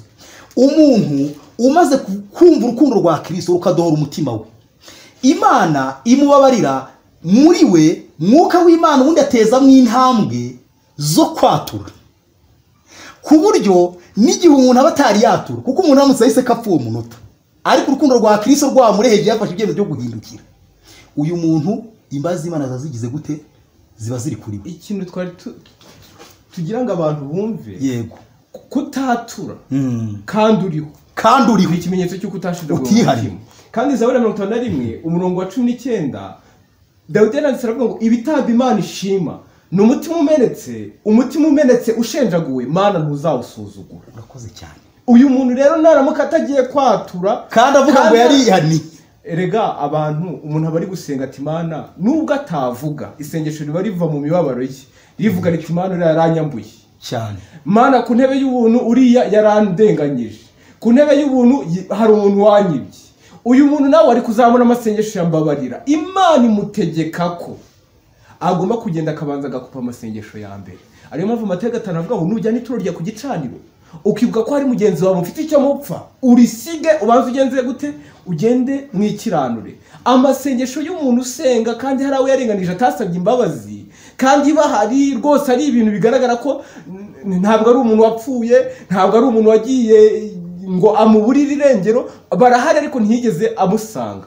Ayo masengesho nta kwicisha bugufi, nta kumeneka k'umutima kuyarimo, ni igitambo Imana idashima. Uwo muntu ntabwo isengesho rye rizigera rigera ku ntebe y'ubuntu ngo ryakirwe atarabanza kugira umutima umenetse. Mu yandi magambo, niba umuntu agize amahirwe nyuma yo kwihana akagomeza kubaho, abagomba gukomeza kumvira mwuka w'Imana akatura. Niba abayeho ntiyature, ni ikimenyetso cy'uko atigeze asobanurwa n'urukundo rwande, yigeze anihana. Kandi niba koko bise ko bimera nk'ibyo kugisaba ku musaraba, uyu muntu bitewe nuko Imana abonaga ko muri izo ntambwe zo kwatura zawe zamaze kuvuka muri we, uyu muntu kwizera imbabazi z'Imana zimwumva, umutima umenetse urahari, Imana iraza kwemera icyo gitambo. Ahubwo se kwizera, yego, kwizera iki gitambo bifite inkingi gishingikiriza yitwa ikimenyetso, cyangwa se hari ikintu cyiza umuntu Jose kuko impamvu yego umuntu abantu bagomba kumenya kwizera uyu muntu ibyo bintu byose byabaye niki kirakira umutima mu gitereko kwizera Imana kuraza kugira mu mutima we gufite iziye nkingi zigushyigikiye. Rero reka mubwire Christian iki ni ikibazo gikomeye cyane buriya hari ikintu kimwe ngira ngo tuvuge kuri iki kintu. Abantu benshi mwuka w'Imana yabemeje iby'icyaha amaze kwemeza bagira agahinda bahishurwa Karuvari maze kwishurwa urukundo rw'Imana bararwumva rurabareshya ndetse rubatera gufata ibyemezo byo guhindukira bagasezera Satani ndetse n'intambwe zo kwatura zivuka muri bo batangira kwatura. Ariko ikintu kitwa kwakira imbabazi z'Imana bakemera ko bababariwe kiba ikibazo. Yego. Kugeza ubwo abantu benshi dufite ubuhamya hano bakoze ingendo bamwe baragenda bajya ku misozi ngo bari gushaka ikimenyetso kibereka ko Imana yagize gute yababariye. Ariko ndajya mbabwira ikintu kimwe, mu gihe mwuka Imana amaze gukangura ugahishurira iby'Ikaruvari ugafata urwo rukundo ukakoresha umuntu nyabyaha agafata icyemezo cyo guhindukira akatura ibyaha bye, ikintu kiba gisigaye ni ikintu kimwe gusa, ni impano Imana igerera umuntu wese. Ahubwo umuntu akaba asabwa gukoresha iyo mpano ni ikintu cyitwa kwizera amasezerano y'Imana. Imana yatanze amasezerano menshi cyane ku munyabyaha wamaze gushenjagurika umutima ashenjaguwe na mwuka wera yuko izamubabarira. Ayo masezerano menshi tugize gute turayafite. Ariko ubu Satani yazanye ibinyoma byuko abantu badashobora kwizera amasezerano y'Imana, ahubwo ngo bagomba kubanza kujya gushaka ikimenyetso cyangwa se ngo igihamya kibigaragara inyuma. Joseph, igihe Yesu akizaga ikiremo, yego, agisanze kiryamye, kuva cyavuka kirizi ntikiragenza gute, ntikirakira, ntikirigera kigenda na rimwe, sibyo? Hanyuma akibwira ijambo rivuga ngo haguruka wikorere uburiri bwawe ugenze gute, ugende. Harya yarazaga akagifata ukuboko akagihagurutsa, cyangwa nicyo cyavugaga kiti ubwo abivuze reka mpaguruke cyane? Cyarahagurukaga. Umuje w'Imana yarabyanditse aravuga ngo cyarahagurukaga ngo maze kikisanga kubw'ijambo rya Kristo ubuzima ubugingo bwa Kristo bwamaze gutembera mu ngingo zari zaramugaye kugenda bigashoboka. Ariko si byari kugenda gute yavuga ati aha tibyo uvuga wowe ki rwose ibyo uvuga ntabwo ko ntaragenda na rimwe ngiye kugenda gute, kikigumira hasi. No kuvuga ngo iyo kikibura kwizera kuva hasi ntabwo byari kugira gute, byari gushoboka. Rero ikintu cyitwa kwizera gikwiriye gukoreshwa hano mu kintu cyitwa kwakira imbabazi z'Imana cyangwa se kwemera ko wababariwe. Kandi tuvuga ko wabarirwa nicyo cyitwa gutsindishwa n'ubwo kwizera. Ibi bintu nyuma yuko umwuka w'Imana amaze guteza ziriya ntambwe, kwemezwa ibyaha, guhishurirwa Kristo, ikintu kiba gisigaye ni ikintu kimwe.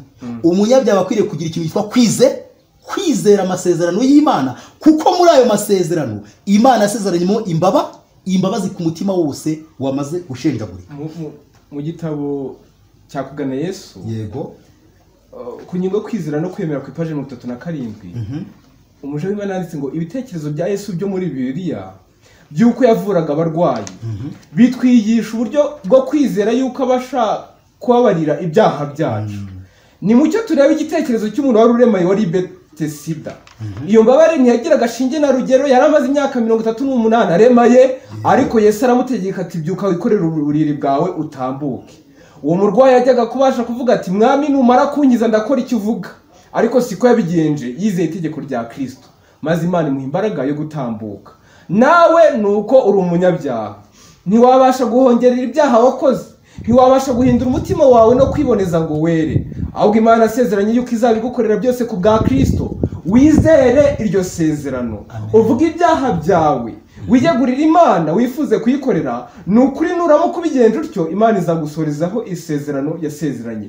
Ni wizere isezerano ukizera yuko wababariwe ukabonezwa, Imana izabigusohoreza. Uzasanga wakijijwe koko nk'uko Kristo yahaye wa muntu uremaye imbaraga yo kugenda amaze kwizera, nawe niko bizamera nta kabuza nubyizera. Ndifuza ko Kristo urakoze cyane ayo magambo, ikintu cyo kwizera tugishimangira kugira ngo abantu ibintu byo ngo bari gushaka ibimenyetso by'ibigaragara. Uwo ni umutego wa Satani, sinzira Imana igeze ihishura. Kuko ibi bintu n'akaga, kuko hari igihe abantu bajya gushaka ibyo bintu Imana ntaba ari nayo ibihereza ibyo bimenyetso, ahubwo bakayahabwa nande? na Satani. Dukwiriye kwizera ko Satani ari ikiremwa cy'umwuka cyane, kandi ni ikinyabutware. Kuzana umusaraba akawugushyira imbere, kuzana indirimbo ya 350 ukayumva no mu majwi, cyangwa se akakuzanira n'isomo, kuko mu gitabo cy'inama zigirwa itorero baravuga ngo Satani ni umwigishwa w'Bibiliya w'umunyamwete. Ibyo bintu yabikora nawe bidafite umusingi wo kubabazwa n'ibyaha no kwifuza kubicikaho, Satani akagukubita icyo kintu umva ugatwara agakiza kari pirate, ukabuza ngo ubwo narababariwe nyamara utarigeze, kuko abantu wese kubakorera mu bimenyetso nta muri bamuka kuri umutima. Uzi Jose igikurikiraho, kuko uyu muntu nta mwuka w'Imana wigeze utangiza igikorwa, aranitaza. Yakitaza uyu muntu akabaho nta mwuka wera, ariko ari umukristo urata imbabazi z'iki zima. Ikizagaragara ni amahane cyane, ikizakurikiraho ni irari ry'umubiri no kwibona. Ni ukuvuga ngo azabaho ubukristo bwibona, ubona bagenzi be nk'abanyabyaha, kari we mukiranutsi gusa, ni amahane, ndetse hakurikiraho n'irari. Niyo mpamvu uzajya kubona ukabona benshi bisoza urugendo rwabo runaniranye, kuko nta buntu bw'Imana bukorera mu mitima yabo. Ntabwo ashobora kwezwa ngo bishire, kandi ntashobora kumva ko afite ikibazo, kuko afite ikintu cyitwa ngo ikimenyetso. Ndifuza ko nsoma aya magambo rero. Baravuze mu gitabo cy'uburezi ku ipaje kugira ngo ku ipaje 309, dushobora gusaba imbabazi z'ibyaha, tugasaba mwuka wera, tugasaba kurangwa n'imico isa n'iya Kristo, tugasaba ubwenge n'imbaraga byo gukora umurimo wayo, kandi tugasaba guhabwa impano iyo ari yo yose Imana yasezeranye.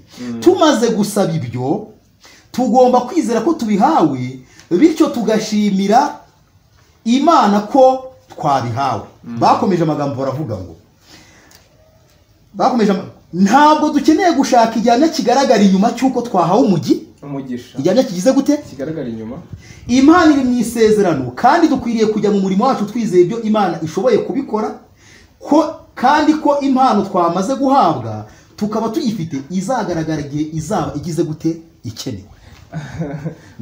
Uranyibukije kugana Yesu page 37. Ntukarindire kwiyumvamo kwakijijwe, wibishyira mu marangamutima, wibishyira muri feelings, ahubwo uvuga uti ndizeye niko biri, si uko mbyiyumvamo, ahubwo nuko Imana bisezeranye. Yego. Ndetse mu gitabo cy'inyandiko zibanze ku cyigisho kivuga ngo ukwizera n'isengesho, baranditse baravuga ngo igihe umwijima w'icuraburindi wakubuditseho, izere mbere yuko wiyumvamo ibyiringiro n'umugisha w'Imana ari wo mwuka wera.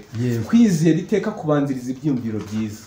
Cyakora kwizera guhita guhesha umutima, kuko Imana ibikorana nawo, kumva ko cya kidodo kigende gute.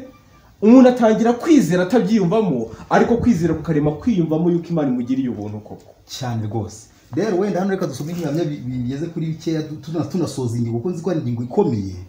Tuzi umuntu bita Dawidi. Bibiri mutangaho urugero rw'umuntu wihannye mu buryo buzima, ariko dore ikintu bavuze ku kwihana kwe n'ibintu abantu bakunze kujyamo byo kwisha ku bimenyetso. Mbese Dawidi kugira ngo yemere ko Imana amubariye, yategereje ikimenyetso. Baravuze ngo page 318 bitabo cy'abakono n'abahanuzi, kwihana kwa Dawidi kwari kuvuye ku mutima. Ntiyagerageje guhisha icyaha cye. Ntabwo icyifuzo cyo guhunga ibihano yari yabwiwe aricyo cyamuteye gusenga, ahubwo yabonye uburemere bw'icyaha yakoreye Imana, yabonye uburyo ubugingo bwe bwari bwanduye, maze azinuka icyaha cye. Ntiyasengeye kubabarirwa gusa, ahubwo yanasabiye ko umutima we wezwa. Ntabwo Dawidi yigeze areka urugamba rwo kubwo kwiheba. Mu masezerano Imana yasezeraniye abanyabyaha bihana, yabonyemo igihamya cy'uko yababariwe nuko yemewe. Mu yandi magambo, igihamya cy'uko abantu babariwe bakwiriye kukibona mu kwizera mu masezerano Imana yagize gute yasezeranye. Joseph, hari umuntu utinda kwizera. Yego. Imana ikayibona ko yamenaguye umutima wikoresheje ubutumwa bwiza, yamweretse igitambo cya Yesu ikoresheje ubutumwa bwiza, ariko uyu muntu kubera kwigishwa nabi agatinda kwizera. Reka ahari abantu badukurikirana bumva iki kintu. Byanditswe mu gitabo, mu rwandiko rwa mbere Pawulo yandikiye Abanyakorino ibice 14 ku murongo wa 22 ijambo rivuga ngo nicyo gituma bavugaga indimi zitagenewe kubera bizera ikimenyetso kiretse abatizera, naho guhanura ko ni kwagenewe abatizera kiretse abizera. Nuko rero icyo Pawulo hano ari kuvuga, yavuze ko ibimenyetso byabereyeho abatizera. Iyo umuntu wagiriwe ubuntu bwo kwigishwa n'iby'Imana iby'ikaruvari agatsindwa mu mutima kandi Imana ikamubabarira akaba we ubwe yaratinze kwizera imbabazi z'Imana kandi Imana ikabibona yuko umuntu afite umutima uyishaka by'ukuri. Birashoboka ko Imana ishobora gukoresha inzira y'ikimenyetso, yego, ariko ni uburyo budasanzwe bw'Imana, atari nuko inabwemera. Ntabwo ibuka ibya Tomu. Yego rwose. Tomu urebe Imana ati kora mu kiganza, kora no mu rubavu. Ni Yesu kubwira Tomu amaze kwakora atari ko Tomu hahirwa umuntu wizera atagende gute atabonye. Tiko ko yemejwe no gukora mu kiganza yuza kwizera ko riko abanyamahirwe. Abantu bagomba kwizera bakaba abanyamahirwe bakizera imbabazi z'Imana. Kuko gutinda kwizera imbabazi z'Imana ni nko kuvuga ngo Bibiliya ibyo ivuga ni siyasa. Ni nko kuvuga ngo ibintu Imana ivuga ntiteguye kubisohoza. Kandi tugomba kwiringira imbabazi z'Imana. Iki kintu baracyadindije abantu mu rugendo. Kugeza ubwo niba umuntu amaze umwaka ngari gushaka ikimenyetso kandi Imana yo ikimusaba gusa ari ikintu cyitwa kwizera. Imana ikabona yuko umuntu yamaze gutera intambwe zose ariko yananiwe kwakira iki imbabazi binyuze mu kwizera ngo yumve ko Imana yamubabariye. Ibi bintu bituma abantu badindira. Waruzi ko ibintu bishobora no gutuma umuntu araragira neza mu rugendo akazimira akumva ko Imana itababarira. None se ugira ngo iyo umuntu amaze umwaka ashaka ikimenyetso yarakibuze aba yumva iyo Mana ari inyambo? Iri hahamura rirakomeye kuko we ubwe ahita yiyumvamo yuko yageze mu kazitiro. Wa mugabo mu kazitiro ku ipaji ya 35 kugeza kuri 40 muri iki gitabo cy'umugenzi bavuga umugabo uri mu kazitiro kwa musobanuzi. Uyu mugabo uri mu kazitiro, uyu muntu kuko abarigishijwe byinshi mu matsinda atandukanye yo gusenga atangira kwibara nkaho Imana yamuciye. Rero reka nsome ikijyanye kugira ngo wenda tugere ku musozi tujye ku kindi kintu. Buriya wavuze ikintu gikomeye. Imana ishobora kugirira umuntu ubuntu kuko abona ko yasiragiye yayobejwe n'ababwiriza babwiriza ibinyoma bigasoza imuhaye ikimenyetso atari yo nzira yagize gute yateganyije ikakimwa nk'umuntu wabuze kwizera. Ariko reka nkubwire, waruzi ko abantu nge nahuye n'abantu benshi ngo maze umwaka wose nshaka imbabazi z'Imana ngo ndi gushaka ikimenyetso. Wamenetse umutima Imana yanga kuguha imbabazi zayo. Cyakora abantu kereka niba bahagaze mu cy'Abisirayeli bari bahagazemo. Igitabo cya mbere cya Samuel 7 bavuga ko Abisirayeli bamaze imyaka 20 ngo bashaka Uwiteka barira ntibamubona, ariko byarasobanutse bashakaga Uwiteka banafite Bali na Ashitaroti. Niba uri gushaka Imana imyaka igahinduka 20, reba niba hari udafite Bali na Ashitaroti atari ibyaha wizirikiyeho. Ariko niba umuntu yaramenetse ibyaha byose akaba afite umutima witeguye kubireka, akaba afite umutima witeguye kwihereza Imana nta na kimwe asigaje, uyu muntu arabura kwizera. Kandi naramuka atizeye ni korosi ribi, ariko niyizera araza kwisanga ibyo Imana yavuze yabisohora. Urakoze cyane. Reka ro amagambo nyasome kugira abantu bumve akaga kagiye kubaho. Akaga ka mbere nakaye. Hari abantu ko Imana igera igikana kibaho, sibyo? Ariko ikibaho kuko nta wundi mucyo bagize gute bafite. Ariko nzi ko kuri iyi ngingo umucyo uri gutangwa. Hari abantu benshi na n'isa bagifite kutizera ngo bari kujya gushaka iki ibimenyetso. Ubu rero uyu mucyo umaze gusomwa, umuntu nta muntu Imana yaha ikimenyetso yamaze gusobanukirwa n'icyo gukora icyo ari cyo. Umuntu ushaka kuguma mu kutizera kwe, dore ikintu agomba kugwamo ikimenyetso ntacyo yabona, agomba gusitara akaguma mu irimbukiro. Baravuze mu gitabo kivuga butumwa ku ipaji 122 abantu benshi bamaze gusitara bagwa mu irimbukiro bitewe n'inyigisho z'ibinyoma zivuga ku mpinduka zibaho iyo umuntu yihamye zigishijwe n'ababwiriza bamwe muri bo bamaze imyaka myinshi bababaye bategereje kubona ikimenyetso gifatika kibemeza ko bemewe n'Imana. Imana yabemeye igihe bagaragazaga ko barambiwe icyaha, igihe bahitagamo kureka kwifuza ibinezeza by'isi bakiyemeza gushaka Imana bamaramaje, ariko kubera kudasobanukirwa n'ukuntu inama y'agakiza yoroheje bivukije amahirwe menshi n'imigisha myinshi bagombye kuba barasabye iyo baza kuba barizeye gusa ko Imana yabemeye igihe bayihindukiriraga bwa mbere. Joseph urakoze. Iteka ryose kamere yacu ni kamere ishaka ibidasanzwe. Inama y'Imana y'agakiza iroroheje ariko abantu bashaka ibidasanzwe cyane. Niyo mpamvu uyu muntu uciye mu nzira isanzwe yoroheje y'inama y'agakiza Bibiliya kenshi najya mu itsinda runaka bakamubaza ubuhamya bwe bugeze gutanga urugero rw'umusore mwabanaga i Butare, baraza guhita bamufata nk'umuntu utarihari. Baraza kumva ko uyu muntu ibyo ari kuvuga ari ibintu biri aho bidafite imbaraga y'umwuka wera. Icyo kintu tugiye kukivuga mu ngingo yitwa ubuhamya tunagana ku musozo. Ubuhamya ni iki? Bufasha iki abagenzi? Kandi icya gatatu, umuntu akwiriye kubwiriza ubuhamya bwe. Mbese ubuhamya bw'umuntu bukwiriye kuba inzira kwihana y'undi? Ibyo bintu ahari Joseph Christelle watangira bikomoza. Urakoze cyane. Iki kintu cyitwa ubuhamya koko nta n'umuntu uburwanyije, kuko umuntu ashobora kuvuga ubuhamya, umuntu yakumva ubuhamya bw'undi muntu bukagira gute, bukatubona muri bibiri abantu bagiye batanga ubuhamya. Paul nawe aravuga ubuhamya bwe, uburyo yahindutse, yarenganyaga, tukabona mu Kristo na Byiringiro bari guhana ubuhamya, sibyo, bwo guhinduka kwabo. Kandi ubuhamya ko umuntu ashobora kubwumva bukamutera kugira gute, guhinduka cyangwa se gukorwaho ku mutima. Ariko hari ikintu kimwe abantu bakwiye kumenya ku kintu cyitwa ubuhamya. Abantu bamaze gufata ikintu cy'ubuhamya nk'ikintu cy'ishingiro kidasanzwe, kugeza ubwo umuntu araza akavuga ati nzi umubwiriza umwe wafasha abantu, arabahagarika ni Nyamishaba, araje avuga ati noneho mwebwe muze mumbwire ubuhamya. Abanyeshuri bigaga Nyamishaba b'Adventiste, muvuga ubuhamya bwabo, baricara, umwe akavuga ubuhamya undi akavuga ubuhamya, ngo mbega abana bari guhimba ubuhamya. Ati murumva ukuntu mu yandi magambo abantu bafashe umurongo kugeza ubwo umuntu akumva akavuga ati ubuhamya bwawe burapfuye cyangwa bugize gute. Ni ukuri. Uzi ko hari uwatanze ubuhamya, aravuga abantu bari kumwumviriza bushungura, agera ahantu umwe barashwanyutse ati kirataniye. Akoresha iryo jambo, umuntu ari kuvuga ibyo Imana agende gute. Mbese ibyo bintu koko yego reka dore kibyazwe bivuga hano. Ndajya mbabwire ko ubuhamya nubwo koko kubutanga nta kibazo, ariko umuntu ashobora no kutabutanga kandi iki kimenyetso cyuko atagize gute, atihana. Ubifuzwe byose ku ipaje na 23 cy'ikivugwa ngo Nikodemu baravuze ngo umuyaga wumvikana mu mashami y'ibiti ukanyeganyeza amababi n'uburabyo, nyamara ntugaragara kandi nta muntu ubasha kumenya aho uturuka cyangwa aho ujya. Ni nako umurimo wa Mwuka Wera amera mu mutima w'umuntu. Ntubasha kuwusobanura nk'uko utabasha gusobanura imigendere y'umuyaga. Umuntu abasha ahamuhumve, uwo muntu abasha kudasobanura neza igihe naho byabereye. Iki nacyo dusohotse tunakivaho, kuko nacyo kijya kiba intambara.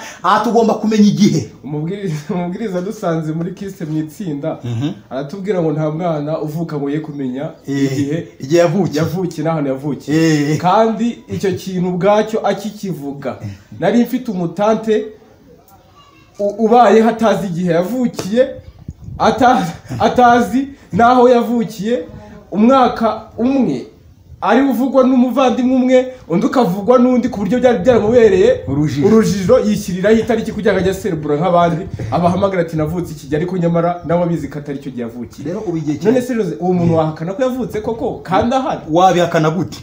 Urera abantu bakwiriye kuva mu kintu cyitwa amarangamutima. Ubu ndi kubona ukuntu abantu iki kintu cyitwa inyisho yo gutsindishirizwa nzi ko igiye guteza. Natangajwe n'amagambo y'inoti yavuze ngo nabonye ko ubuhamya inama bwo guhamya, ngo nabajije icyateye inyeganyega cyo kigwishingura mu nyandiko z'ibanze, ngo nabajije ikintu cyateye inyeganyega mu bwoko bw'Imana, ngo mbwirwa yuko ryazanywe n'inama bwo kugira gute. Inyigisho nzi ko abantu nibadahanga amaso mu ijambo ry'Imana, nzi ko n'ababwiriza benshi barashungurwa. Reka mbabwire rero ahantu baravuze ngo umuntu abasha kudasobanura neza igihe n'ahantu byabereye. Cyo tukivuyeho. Kuzajya umuntu ujya avuga ati kuko utavuze ahantu wihaniye, kuko utavuze igihe, ubwo ntiwihane. Ibyo ngibyo ni iby'abantu, siko ijambo ry'Imana rigize gute ribivuga. Dore iby'ubuhamya rero, cyangwa ngo arondore uko byagenze mu guhinduka kwe. Ariko ibi ntibivuze ko atahindutse mu buryo butagaragara nk'ubw'umuyaga. Kristo abakabakaba ku mitima ubutitsa buhoro buhoro, ndetse ahari mu buryo butanasobanukiwe ubyakira. Hari ibikorwa bibaho biba bigamije kugarura umuntu kuri Kristo. Icyo rwose ni ukuvuga ngo kwemerera umuntu ku buhamya bwe, ibyanditswe byera birabihakana. Kuko na Yesu abwira abantu iby'abahanuzi b'ibinyoma, ntabwo yavuze ngo muzabamenyera ku buhamya bwabo. Mu gitabo cya Matayo igice cya 7 ku murongo wa 15, mwirinde abahanuzi b'ibinyoma bazaho muri basa n'intama, ariko imbere ari amasega aryana, muzabamenyera ku mbuto zabo. ku mbuto zabo, ntabwo ari ubuhamya. Ndetse iyo usomye iby'ubuhenebere bwo mu minsi y'imperuka Joseph muri iki gice cya 3 cy'urwandiko rwa 2 Pawulo yandikiye Timoteyo, yavuze imibereho yabo indashima, batukana, batuzura, babeshyirana, bagambana. Ariko ageze ku murongo wa 5 aravuga ngo bafite ishusho yo kwera ariko bakana imbaraga zako. Arangije aravuga ngo abameze batyo ujye ubatera umugongo. Ntabwo ari abavuze nabi ubuhamya bwabo, ntabwo ari abantu bameze abantu umuntu, kuko hari uburyo ubuhamya bwagiye buhinduka uburyo bwo kurobanura abantu mugomba kugira inshuti mukabana nabo, abakiri imbabazi z'Imana n'abatanze ubuhamya. Ariko abantu bakirengagiza iki byanditswe bivuga, biravuga ngo umuntu, kuko nibyo koko iyo wivanze n'umuntu utarahinduwe n'ubuntu bw'Imana mukabanda cyane arakumanura. Ariko biravuga ngo muzamenyera ku mbuto zabo. Bibiri kavuga ngo ujye ubatera iki ariko abameze batyo ntabwo ari abavuze. Ndifuza yuko urakoze cyane kuri ibyo bintu. Mbese hari ibindi bihamya by'umwuka w'abantu bishobora kutwereka ibihamya bigaragaza ko igihamya nyakuri kigaragaza ko umuntu yababariwe, yakira imbabazi z'Imana, yahindutse. Wadusomera cyangwa se wenda zana amagambo nyasome nta kibazo. Turebe mu kugana Yesu ku ipaje ya 41 hari igihamya simusiga. Paje ya 42 baravuze ngo nta kimenyetso cyerekana yuko umuntu yihannye by'ukuri keretse yahindutse ukundi. Umunyabyaha yagaruye ingwate akariha ibyo yibye, akatura ibyaha bye, akabyerura, agakunda Imana n'abantu, amenye rwose ko avuye mu rupfu ageze mu bugingo. Barongera bavuga ikindi kintu hano kuri paje ya 41. Kwiyubaha kwashobora gutuma umuntu yigegesera ngo adasa n'ukora ibibi. Haba nubwo umutima wikanyiza ugira ubuntu. None se ubwo bibaye bityo twabwirwa n'iki uruhande turimo, sibyo? Umutima wacu ufitwe nande? Ibitekerezo byacu bifitwe nande? Si uwo dukunda kuganira ninde? Uwo dufite yirari n'ubwuzu ninde? Nituba abantu ba Kristo ibitekerezo byacu bizamuhoraho, kandi iyo tuzarushaho gutekerezanya urukundo uko turi kose n'ibyo dutunze byose tuzabimwegurira. Turifuza rwose kugira ishusho ye no guhumeka umwuka we no kumushimisha ibyo dukora. Jose, yego, amagambo mu ntambara ikomeye bayavuze mu buryo noneho bunakomeye. Baravuga mu byutse bwo muri iki gihe, igitabo cy'intambara ikomeye, baravuga mu byutse bwo muri iki gihe bati nta kugirana n'Imana isano ni ikintu kizahoraho ku muntu wese wahindutse, ku muntu wese wihariye. Reka amagambo tuyasome, ndakibonye hano ndabona gihari. Baravuze ku ipaji ya 332 hari ikintu bavuze ku muntu wahindutse by'ukuri kugira ngo abantu reka manisome 332 bavuze ngo mu mutima utarahindutse haba harimo gukunda icyaha kandi ugahora ugishakira urwitwazo. Naho umutima wahindutse wanga icyaha urunuka kandi uhora uharanira kugira gute kugitsinda. 332 naho tuharebe cyo kugirana isano n'Imana kandi ikintu kizahoraho. Baravuze ngo ku muntu wese wahindutse by'ukuri kugirana isano n'Imana ni ibintu bizahoraho, nibyo bizaba ingingo y'ingenzi mu buzima. Ninde watwaye ibitekerezo byawe? Ninde ukunda urukundo rushyushye? Muhita mugirana isano cyane rwose. Kandi ikindi, umuntu utarahindutse icyaha aragikunda, niyo yagerageje kucyemezwa atangira kugitangira urwitwazo. Ariko umuntu wahindutse yanga icyaha urunuka kandi akagenza gute akagihunga. Mbese wowe udukurikiranye, mu mutima wawe ntabwo wumva icyo umwuka w'Imana kuvugisha? Mbese ntabwo wanga icyaha? Niba utanga icyaha kandi ukagitangira urwitwazo, kwihana kwawe kurarwaye. Ndetse ibimenyetso byose wavuga niyo waba warabonye ijuru rimanutse rwose rikegera isi, ntabwo wihaniye kandi ukeneye kongera kwihana. Kandi niba nanone mu mutima harimo kwanga icyaha, ukeneye kwizera yuko umurimo w'ubuntu bw'Imana watangiye mu mutima wawe niba ucyanga kandi ukagihunga. Abantu rero bakeneye kubyumva cyane kandi bakabisobanukirwa. Ntabwo ubuhamya bubereyeho kwemera abandi bagenzi bacu cyangwa kubahakana. Nta nubwo bubereyeho kugira ngo abantu babashe kwigisha abandi. Ntabwo Pawulo abwiriza abantu ati nimujye Damasiko mugiye kwica abakristo baho nibwo muzasangwa na Yesu. Bajyayo kandi ntibagenza gute ntibamubona. Ubuhamya ni impano bwite Imana yakwihereye yo kugira neza kwayo uzabwira abandi ngo nabo bashaka impano yabo, nabo Imana ibagire neza mu buryo bwabo. Niyo mpamvu abakobwa b'abapfu n'abakobwa b'abanyabwenge ngo batandukane, kuko abanyabwenge bari bafite ubuhamya buri wese ku giti cye. Rero abantu bagomba kubisobanukirwa. Urakoze cyane Christine. Wera mu rugero, Imana ntishobora gukoresha ikintu cyitwa ubuhamya, ko hari abantu b'intyoza, hari abantu bameze nka Apolo bashobora kwigana rwose inzira y'Imana bakayivuga. Apolo yari kuvuga ibintu ukaba wamukisha mu ijisho. Nuvuga ngo hari abantu Imana, ariko hari abantu benshi cyane, ko dufite ingero z'abantu benshi bagiye basaba ibimenyetso bakaza bakabeshya ati nakibonye kandi atagize gute, nta n'ikimenyetso yagize. Njye abo bantu barabinyibye ati narapfukamye, hari umusore wapfukamishije muri SF muri kaminuza ku mabuye ngahishurirwa ibyaha ngo ngabibone, kugeza ubwo ati nabonye iki, nabibonye. Rero ibi bintu babiri n'ibinyoma. Hari abantu b'intyoza bashobora no gutanga ubuhamya kandi batagize gute, bameze nka Paul.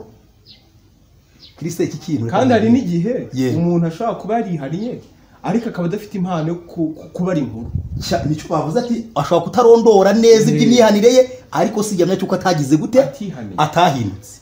Joseph, ndatekereza ko ni ingingo yasobanutse. Yego, sinzi niba hari icyo ubona twabwira abantu tugana ku musozo kugira ngo dusenge. Ndatekereza ko abantu wabashije kuba umuntu w'ibyanditswe uciriye bugufi, kuko biturusha ubukuru. Yego, akabicira bugufi kugira ngo mwigishe, afite uburyo yasobanukiwe neza n'Imana.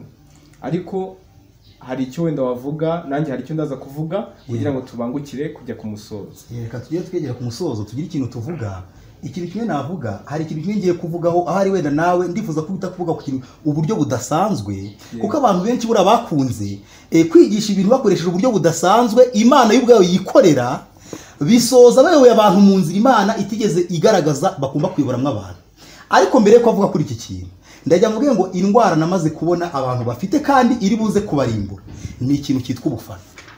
Ubu ngubu abantu bageze ku rwego rw'uko bafana ibyo abantu bababwiye kuruta iby'ijambo ry'Imana riri kugira gute rivuga, kugeza ubwo usanga abantu barafashe icyizere cyabo bakagishyira mu babwiriza. Ariko ndajya mbara iki cyiciro kivuga ngo ibyanditswe byera n'umurinzi kiri mu ntambara ikomeye. Baravuze ngo abantu bafashe ibyiringiro byabo babishyira mu babwiriza n'abayobozi, ngo ariko sabo babwiriza bo ntibashobora kugira gute, kwibeshya. Iki kintu kinteye ubwoba ku rwego rw'uko abantu badashobora kubyumva. Nk'ubu ejo bundi n'umwana n'umuvandimwe Christine, umuvandimwe w'umubwiza ubutumwa mugenzi wanjye, ambwira uburyo iby'inyigisho yayigishije, yatanze ibyigisho bimwe agenda bishyira ku WhatsApp, ariko amaze kubitanga abantu barahagarara, barahaguruka baravuga bati rwose ntabwo wari ukwiye kuvuga.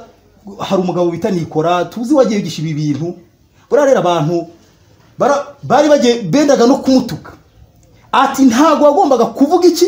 Ubwo yabimbwiraga gutyo ibintu byamubayeho, nk'ikintu cyitwa ubufanatisme. Kandi uso fanatisme ni ikintu ijambo ry'Imana ryashuye ko ubufana mu ijambo ry'Imana buzarimbura abantu benshi cyane. Arambwira ati ku rwego uko bavuze ati ntabwo ushaka kuvuga umubwiriza wigeze ubwiriza ukuri ngo nagera mu gihe cyo kubwiriza ibinyoma, ati ugomba guceceka, ati kuko ibyo bintu uramutse ubivuze bishobora kugira abantu bamwe bari barafashijwe n'ubutumwa bwe, ibyo bintu bigahita ko bibakomeretsa, bikabatera kutumva ubundi butumwa, mbese bikabakura ku rufatiro. Christine, iki kintu kirakomeye cyane. Buriya iki kintu cyarantangaje. Mbese naribaje byari kugenda gute, kuko usanga impamvu abantu akeshi kuvuga ngo umubwiriza yatangiye kuko yigisha ukuri, sibyo? Ariko igihe kirageza agira gute, abivuye amatangiye kwigisha ibinyoma. Mu ijambo ry'Imana hari aho dusoma ijambo ry'Imana tubwira yuko nta mubwiriza ko kwiriye kugenda ngasenye umubwiriza mugenzi we. Ariko ijambo ry'Imana kongera katugaragariza ko mu gihe umubwiriza yazamukanye ibinyoma akwiriye kuvugwa ku mugaragaro. Mbese ibyo bintu twabihuza dute? Impamvu z'iki kintu tubona nk'urugero Paulo avuga ku muntu bita Humeneyo na Fileto. Somera rwa 2 rwa Timoteyo. Kindi ndashaka ko tukivugaho gatoya mbere ko dusoza, kuko abantu benshi kwa 2 rwa Timoteyo cya 2 kwa 2 rwa Timoteyo cya 2 ku murongo wa 17 ngo yego kandi ijambo ryabo rizajyana nk'igisebe cy'umufunzo, muri abo ni Humenayo na Fileto. Humenayo na Fileto ushaka kwibaza bigishaga ibyiki ngo bavuga ko umuzuko w'abapfuye amaze kugira gute, kuko bayobye bakava mu kuri bavuga ko umuzuko amaze kubaho, bakubika kwizera kwa bamwe. None Paulo nuvuga ngo iki kintu rero ubundi ijambo ry'Imana rivuze ngo nta mubwiriza ukwiye gusebya undi mubwirizwa, niwe mubwirizwa udakwiriye guhita ko uvugwa ku mugaragaro mu izina, kuko tubona hano ko Pawulo avuze mu izina umuntu, ndetse tubona ibyanditswe byera Pawulo acyaha Petero ku buryarya bwe. Rero igihe cyose umubwiriza bigaragare umubwiriza ashobora kwigisha ijambo ry'Imana akava mu murongo akavuga ibintu kubw'ubumenyi buke, uwo muntu ntabwo ukwiriye guhita ko ugira gute umuvuga mu izina, ushobora kumusanga ukabanza kumubwira iki ukuri kw'ibyo bintu. Ariko iyo bigeze ku rwego rw'uko umubwiriza ahagurukana ubuyobe nk'uko ababigishaga ko umuzuko wamaze kuba, ibyo bintu by'ibinyoma yigisha kugeza ubwo bibaye amahame, kugeza ubwo byanditswe mu nyandiko, kugeza ubwo biyobeje abantu, imbaga y'abantu benshi bakayobeka bikaba nk'amahame mu bugingo bwabo, kugeza ubwo agiye kuri radiyo akabikangura. Njye mfite ibyisho byinshi by'umuntu bita Nikora, buriya akamubwira kuvuga Nikora sinkwiye Kristo ku ntebe y'imbabazi. Kristo aracyari ku ntebe y'imbabazi, ategereje abantu, ategereje ko twese twihana, sibyo? Nuvuga ngo Nikora kuba yaravuze ibinyoma, yarabivuze abantu be kugira ubwoba, kandi umwuka w'ubugorozi ukeneye kugaragara mu babwiriza butumwa bose baduteza amatwi, kuko iki kintu kimeze nko kugira isoni no gushaka gukomera ku bushuti. Ndibaza mbese byari kugenda gute iyo Pawulo akiza gukomera ku kintu kimeze nk'ubushuti yari afitanye na Petero, ntahite kamwishura ikintu cy'uburyarya Petero yari kugaragaza muri kiriya gihe. Mbese uramuka ari gututumba kuri rugero, mbese abantu bari kugwa muri kiriya kintu bangana bate? Joseph, yego, reka nanagusezeranirize ko yego, nubwo dukoranye icyigisho tukaba turi inshuti, rwose abantu rwose bakaba babona ko nta kibazo dufitanye, uyu munsi ibyo tuvuza uramutse uhindukiye ukabivamo, kuba umwizerwa kwanjye kwagaragarira mu kongera kujya muri public. Niba warajya muri public ukayobya abantu, nanjye nkavuga ko wa muntu w'inshuti yanjye bita Joseph yamaze kuva mu byizerwa, ibyo ari kwigisha ari ikinyoma, ahubwo agasengerwa. Ndetse hari inyandiko iboneka ku rubuga rw'abarinzi b'inyandiko za White yitwa ngo niki cyabaye kuri A.T. Jones na Wagoner. Urakoze cyane. Ibyanditswe n'umwuka w'abahanuzi byerekana ko amateka ya Wagoner igihe yigisha gukuri, yego, n'ibyo yavuze bikwiriye gukomeza kubungabungwa, ariko ukanatangaza kuyoba kwa Wagoner. Ubuyobe bwaje kubabaho na Jones, yego, ntabwo ari amateka tugiye kujyamo none, ariko tushaka kuvuga ngo niba Jones na Wagoner uzwi ku bantu bigishe gutsindishizwa none kubwo kwizera, bamuzi mu cyabaye Minneapolis mu cya 888, niba baravuzwe, mbese Nikora niki ku buryo atavugwa? Reka mbabwire inshuti z'Imana, kuvuga Nikora nuko ibintu bye byamaze kujya ku mugaragaro, kugeza ubwo ati dufite amatsinda turi gutoza, ngibyo byisho ndabifite, dufite abantu turi gutoza, ndetse si mu Rwanda gusa, tuzambuka, kandi ko gasanga kubwo bwamaze gukwira. Mfite inyandiko yakoze zivuga ngo kuvugurura gutsindishizwa amanimero atandukanye. Ibi twavuga byo by'ikimenyetso, harahavuga ngo mugiye kwihana kwagenze neza, ubishaka azaze mbimuhe, ngo mugiye kwihana kwanyuze mu buryo buzima, ngo Imana itanga ibihamya, ngo ushobora kubona Kristo ubwe, ushobora kubona umucyo wa Kristo ukuzengurutse, ngo ushobora kubona isomo, ushobora kumva indirimbo. Ibyo bintu byose ari nabyo umuvandimwe agiye gusoreza, aribwo buryo budasanzwe bwigishwa nk'inzira umuntu wese agomba gucamo, kugeza ubwo umuntu apfukamishwa ahantu amava akamurya, akaba yava saa 8. Uwo muvandimwe twiganaga yarambwiye ngo baramubwiraga ngo uri gukinisha imbabazi z'Imana, atabandi bamara umunsi wose bapfukamye kugeza igihe baboneye ikimenyetso. Ibyo bintu rero kubivuga gutya, icyambere ni ukugira ngo nawe niba twumva imbabazi z'Imana ziracyahari, ijambo ry'Imana bwa kwimubwiriza yobye, agatangira ubutumwa yatangiye gukuri, abantu bakwiriye kutabwanga, ariko umurongo yagezeho akayoba nk'uko tubabwiye Wagona na Jonas yaje na White afatanyije nabo, ariko igihe bamaze kuyoba nawe yatangaje ko bamaze kujya mu murongo mubi, abwira abantu ati ibyo bavuze mbere ntimukwiriye kubitesha agaciro, ariko umurongo bagezeho ni mubi. Wagona yingingiye kwihana, kandi byasoje yanze kwihana yikomeraho ngo ntiyayoba. Ikintu umubwiriza burya kugira ngo yihane Kristo birakomera cyane. Ni no mpamvu nsenga mu mutima wanjye ngo niba umubwiriza wese yumva ko yateye intambwe akigisha ibinyoma, akwiriye kugenda, ijambo ry'Imana ngo akwiriye kugenda akabibura aho yagize gute, yabyigishije, akavuga yuko bitari ukuri, akagaragaza umucyo w'ukuri. Uko niko kuyana kumubwiriza kuzima. Kandi impamvu tuvuze ibi bintu ni ukugira ngo bitewe nuko umubwiriza baramaze kwigarurira popularity y'abantu. None niki gituma umuvandimwe w'ubwiza butumwa yatanze ubutumwa bakenda kumutuka, ni uko uwo muntu yamaze kwigara ibitekerezo by'abantu kugezana n'isaha. Ntabwo abantu bazi ko uwo muntu ashobora kuba yaramaze kuva ku murongo wo kwigisha iki ukuri. Biravuga ko n'ibindi binyoma byose yatanga abantu ntibagomeza kubyakira. None abarinzi ku nkike baba bakora iki? Umwuka w'ubugorozi ukwiriye kugaragara.